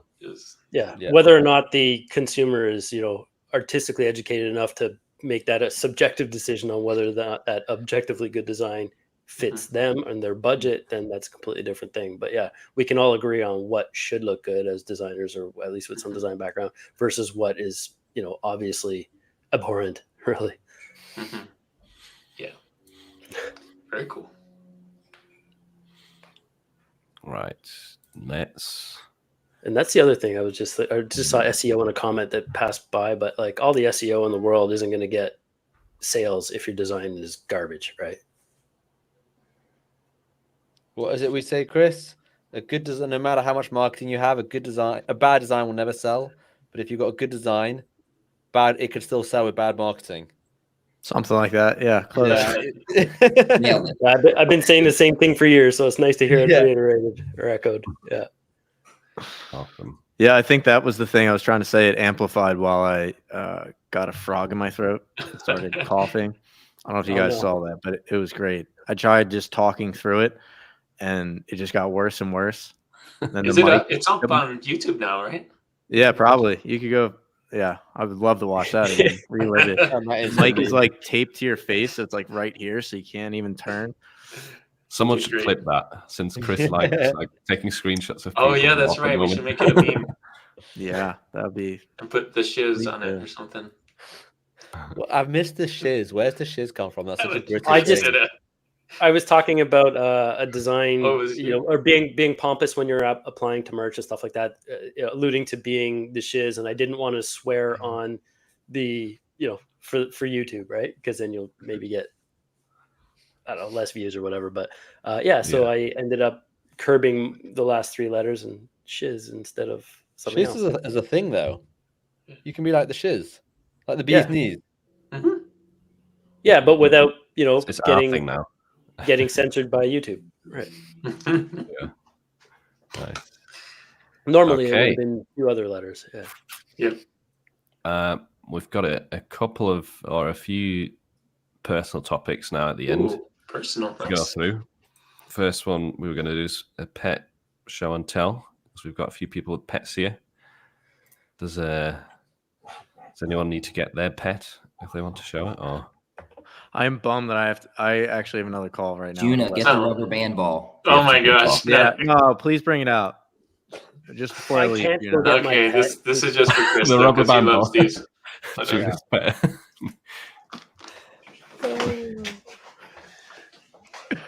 The highlight of my week right here. I knew this was going to happen. So you had it at the ready? Hey. There's Roscoe. There's my pet. Hey, hi. Yeah. I hope it's grown, Juna. It better have grown. It's better have grown, Juna. Hey, Roscoe. Say hi to Philip. Say hi to everybody. Oh my Wow. god! You look like you've been making some progress, Gina. No, I didn't. I haven't added to it yet. Rubber band You volley should, clip. add one rubber band every time you upload a new design Ooh. as your That's a great positive idea. Well, reinforcement. I tried looking for feedback rubber loop. bands at Office Max where I usually get them, and they were sold out, so I couldn't. You should start selling them. Oh. Look at Is these Milo cute dogs. sleepy? He's very just like Yeah, looks he's like he's always falling sleepy. asleep. It's like 5 in the afternoon, but yeah, Aw. he's sleepy. We need a dog. There he is. We're gonna get a dog. Never ending. I know what I Chris think is going to I thought Roscoe had short legs, but Milo has some very like a- short legs. Look at those things. Is Milo a sausage dog? Yeah. Yeah, All right, that makes sense. literally. All right, Roscoe's furry. All right. Well, on that note, thank you, everybody. I have to head out for a new call. Yeah. Thanks for Hey, having Chris. me. See you, Chris. Nice being here. meeting the pets. What's your dog's name, Adam?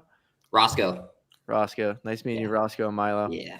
All right. And thanks for breaking out the rubber band ball. Always a good time. Yeah. Here. I should have had it ready to go. So Yeah. Next time. next time. All right. Thanks, guys. Have a good week. Bye. Peace. See you, buddy. Chris. Is it Roscoe as in P. Coltrane? Yes. Nice. Yes. Dukes of Hazzard, right? That's right. Yep. Back in the day. Yeah. And I unfortunately can't get my dog. He has sliced his pad on his paw, so we're trying to keep him immobile. Yeah. Okay. It's not easy to carry around either, I guess. Impossible, literally. It's a Great Dane, so it's not happening. How heavy is he? He's got to be up there. And He's not as heavy as our Mastiff cross that we had before. He's Oh. about 165, I would suspect now, maybe That's a big dog. 160. Yeah, our previous though was like 190, 195. whoa, big boy. Giant. Wow. Healthy. Well, they're not fat by any stretch. They're Yeah, just they're big. just big. Yeah. Big gentle. Do you have any giants. pets, Shimmy? No, we want a Cavapoo, but there's a lot of responsibility that comes with having a dog, and we like traveling. So Mm-hmm. I hear That that. almost sounded like you said with your accent a cup of poo. But you said a Cavapoo, right? yeah, Cavapoo. Yeah. What Is that that's a Cavapoo? poodle cavalier mix? Yeah. Yeah. Yeah. My sister-in-law and brother have one, and it's just the cutest thing. Kamaru. I don't know. There's so much responsibility with a pet. I think when we have kids, then we'll get a pet. That makes sense Yeah. because then they can like deal with them. Then you can have the kid watch the pet. There you go. There you go. If you like traveling, don't bother with the dog. No, That's we'd have my to. advice. Well, we have a lot of people that would take it. That's the truth. Oh, so that's nice. yeah, That's cool. If you're in that still at home base sort of thing, yeah, it's a lot more difficult if you're living elsewhere, I guess. Yeah. we got like 5 or 6 people we could give it to if we need to. But like if we go away for like 4 weeks or something, Ooh. they do not. I mean, maybe I don't know. I haven't asked. I don't know. It just means they can't go away either. Yeah. That means they're stuck at home, right? Literally. But one day we'll get a dog. I'm sure. All right. Are you usually late or on time to things? Early. Shimmy On time. likes to join 1.5 hours late. I've been working. I mean, I know you guys have been working too. I had this on in the background, but I'm editing this crazy video and it's taking me ages. And Ooh. I just needed a break from it. Yeah, I bet editing takes forever, doesn't it? Well, I'm How not. long? How? Well, sending depends it what to my type of video. editor. But You are. say again. I'm sending it to my editor, but I send like a cut version to my editor, so he doesn't have to do that. He just puts in all the stuff. But I'm trying to make this long video not feel like just a talking head. So we're editing from minute 1 to Wow. minute 500 or something It of is like a long video. with all the editing and all the animations and stuff. And it's just taking absolutely ages. I don't know how. Is this your 21-hour course that you have like Chris does? Yeah, but mine's not going to be 21 hours. I can tell you that. I got no time for 21 hours. No, like I think it will be like between 5 and 7. Wow. I That's don't so know. impressive. I don't know. We'll That's see. amazing. Yeah, that sounds like a tough editing project. Those are work. That's something that I think the general public just take for granted too, right? I know the amount of work now. I'm newer to the YouTube game compared to you guys on here, but it's a lot of work and it takes a lot of time. Like the 10-minute videos you see on the typical have taken significantly much more time to put together. So I 100%. can't imagine 7 hours, man. Kudos to you for Yeah. even taking on something like that. Now, the scripting of this started in April, and then I believe shooting is not so bad actually. Shooting takes like 2-3 weeks. That's not Mhm. so bad. It's the chopping it up and editing. yeah. The worst part is going to be having to watch it through to make sure there's no mistakes. Yeah, that's going to take a few days. Yeah, that's going to take a while. XP. But the thing is also you got to I can't shoot it months apart because things change, and I don't want to like upload a video that's outdated already. So I know. it's like you have to cram it in the last 2 weeks, otherwise it doesn't flow. Like if I use Shopify a month earlier and then I use Shopify today to like continue the touch ups, it might look different, and the video just doesn't sync. That's right. They make changes on their websites and stuff. Yeah. But I mean, I feel bad for my editor because he's editing with multiple angles as well. Because I decided to try multiple angles, and yeah, I mean he's a trooper, but he's also in college, so he's got a lot on his plate. So yeah, become a YouTuber. It's easy. That's the message. Yeah. You think it takes a long time getting sales on T-shirts, man? The YouTube game is long. I love it how people think though that you go to YouTube because you want to make tons of money. Like, yeah, I find that funny. I can't help but laugh at those comments. If you are starting YouTube to make money, you're going to give up before you make any money. You're going to give up before you sell that first T-shirt for sure. Yeah. People are so shocked when I tell them what my AdSense is. Like, I'm like, oh, it's a couple thousand. They're like, like 10, 20. I'm like, no. Are you high? It's not even a fraction. And they're like, why are you doing it then? I was like, am I just allowed to do something that I enjoy doing? Like, people find it so baffling that you do something that doesn't make much money just because you like doing it. I don't know. I love YouTube. It's Me great. too. I love giving back. And also I learn a lot more when I have to actually teach it, right? Like, oh, this is actually how you do it. Or I better find a way to do this so that I can teach my subscribers and followers how to actually do this, because I don't know 100%. So it's nice. Yeah, teaching is the best way to learn, isn't it? In many ways. All right, we were talking about this before Halloween plans. Before we went live, so I'm curious, Shimmy, do you do anything for Halloween? Because like, what in terms of for business or pleasure? No, this is like personal, like because in the UK it's not really that big, is it? No. Also, I'm religious. I'm Jewish, so we have our Halloween is like, it's not Halloween, but it happens in February. So like Halloween for us isn't really a thing. It never has been. It's not even like in our area. Like you won't get people trick or treating in our area or anything. Yeah. So no kids coming to your house asking for anything. No one's egging our house. But the thing is, though, like it is a thing in the UK. Like all the shops, theme parks, everything. There's Fright Nights and tons of Halloween stuff. And I've been to Halloween parties in the past, but I'm not really like a Halloween person. Like I like to work. I'll just work. All right. We're passing out popcorn this year instead of candy. Should be fun. Popcorn. Yeah, little bags of Skinny Pop. So if you come by, I'll be there. Yeah. I've got to catch a flight, and yeah. I like popcorn. Yeah, let's all go trick or treating to Juna's house. That'd be so funny. Can you imagine? But just don't tell him. What a great costume! You look just like Shimmy. Wow, you're dressed up as Shimmy the YouTuber. Yeah, let us know in the chat if you've got any Halloween plans. I didn't think that the theme parks even do stuff here. I didn't even realize it goes that far. So yeah, theme parks are great. Like Thorpe Park in the UK or Alton Towers. It's the best time to go because they have so much stuff on for Halloween.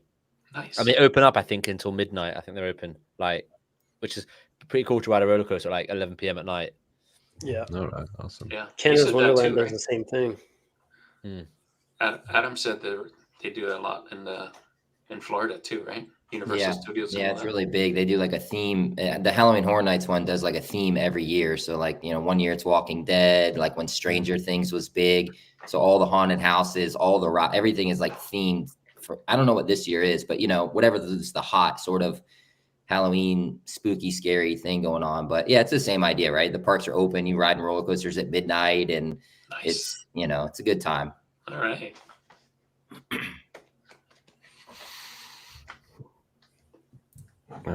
Wait, someone said I got Summerween. Summerween. Wow. Is that Kind actually of a Starts that mashup. early. I don't know. I guess it's still kind of warm over here for October. So Gotta love global warming. Yeah. Someone says they would have loved to see what you had to say, Shimmy, being No, you brutal wouldn't. about the designs. No, you wouldn't. Trust me, you wouldn't. I was looking at the thing. I would not have been as nice. I'll tell you that much. I am. Maybe next I'm time. very blunt. I'm my blood is very British and it's very blunt, and I say it how it is. but you're also telling them what to improve. So Yeah. No, 100%. I'll never just say it's bad, but I also won't sugarcoat anything.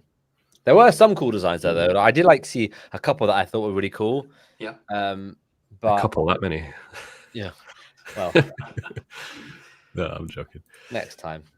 Yeah, you have to join for one of the reviews. No, I should have We'll do joined today. I had to get my work done before I could do extra what's his face activities, extracurricular activities. Yeah. Oh, thank you, James. Yeah, that goes back to the earlier point, right? No one, like, we're not really making money from these live streams. No one is. No. We're just doing it for fun because it is really fun to interact with you all live. So we've had consistently over 200 views today, which is awesome. Whoa. So thanks to everyone who's joined. Nice. That's sick. What I would say for quarter 4, because I know you guys are talking about it a little bit, if you guys haven't started doing personalized stuff, it is flipping huge in quarter 4. Are you seeing some sales already? Wow. Yeah, we had someone reach out to us yesterday, maybe it was this morning. I can't remember. Lauren was doing it, and he's like, "Your personalized design, I want this, but can you change the words to this and this?"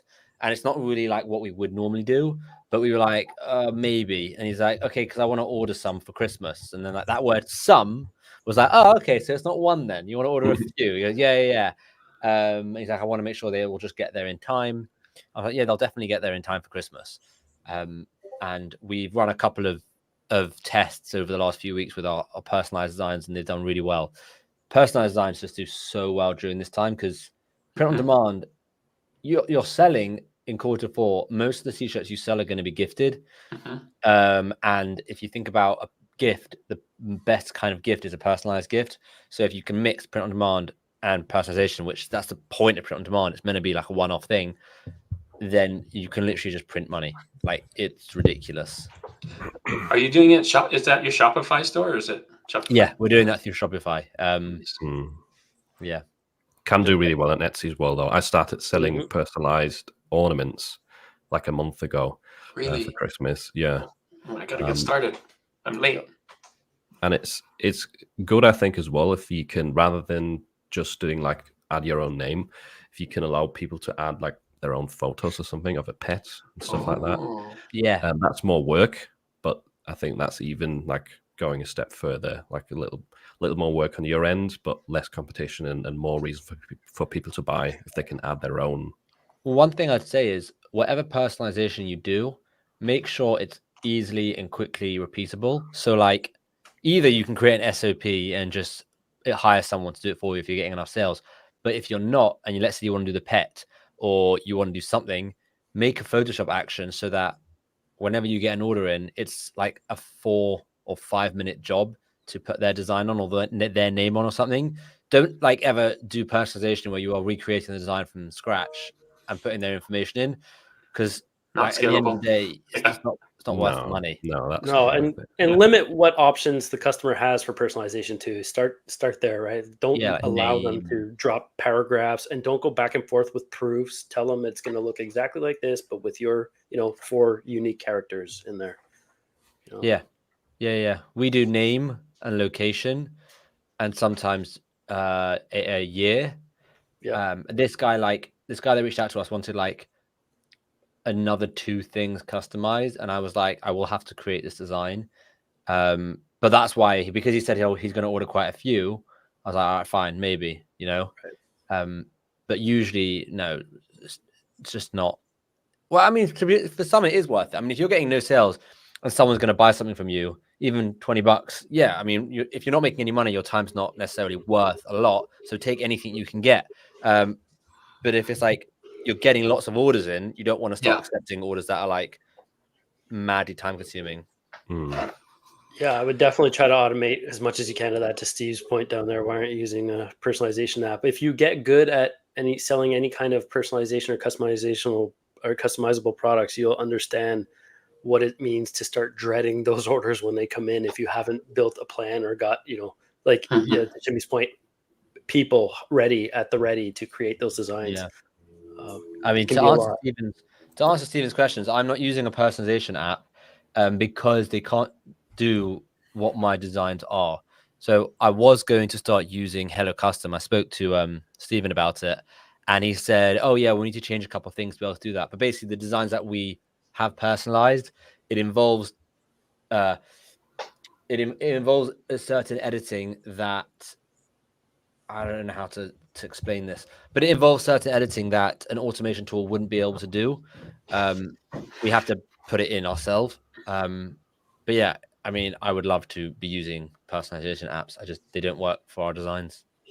Okay. Are any of you Amazon guys doing the whatever the Hello Custom like personalization integration? Are you guys any of y'all doing that? I want to start. I haven't started yet, to be honest, but it's on my list for sure. I know it's kind of late already. Just started listing stuff based on my Amazon merch bestsellers, starting there, and then my Etsy bestsellers, but haven't implemented the Hello Custom integration, but it works great on Etsy. So we'll be looking at that. That's through Seller Central, right? That integration. Amazon Printify. Yeah. Which again, if you're not getting accepted to Amazon merch, but you can afford the monthly fees, it's worth the $40 to get on Amazon Seller Central, at least if that's the market you really want to sell on. Yeah, it's another new option that I keep forgetting about. But if you can't get into Amazon merch, or if you don't want to do Etsy, Shopify, it is another option with big potential, right? You are on the Amazon Marketplace. You can now offer personalized stuff as well. There are caveats, like you have a 30-day return window. There are things that that aren't super seller friendly, but it is also the biggest marketplace. Yeah. We also had an interesting comment before from Carla. Thanks for this suggestion. You should offer charities during these live calls. And I've thought about this before, because you can somehow fundraiser. Like do a fundraiser, and then because we're getting so many comments or questions, I think if someone donates, then that comment would be highlighted, and we'll definitely go through that question. Right? It kind of has an incentive for people to donate to the charity. Wonder what you guys think about that. That's cute. I like that. Yeah, great idea. All over it. Just gotta pick one. one, I'll have a look into how that all works. We're setting it up. But yeah, thanks for that suggestion, Carla. I think that'd be cool if we can get it work. Charity for what? I don't know for what yet. We'd have to pick one, yeah. I think YouTube. You could have everybody pick a charity, and like everybody we have one charity and like rotate each thing or something. That's a good idea. Maybe you could like even do where like if somebody, I don't know, like donates $1 to a charity, they get like their question answered live or something. To kind of make it incentive, but it's all in good faith to just raise some money. I think it's a great idea. Yeah, we'll try and set something up like that. If it works, offer a poll for each call. Wow, a lot of good ideas. Call. Suggest a charity. Yeah. In the call. Yeah, that's a good idea as well. I keep forgetting about these polls as well. We can do a poll in these live streams, which is quite fun. Like, where are you selling and whatnot. Anyway, I think that's been over 2 hours. Thanks for everyone joining in again. Thanks for all the good questions. Sorry if we didn't get to yours, because there was a lot more people this time.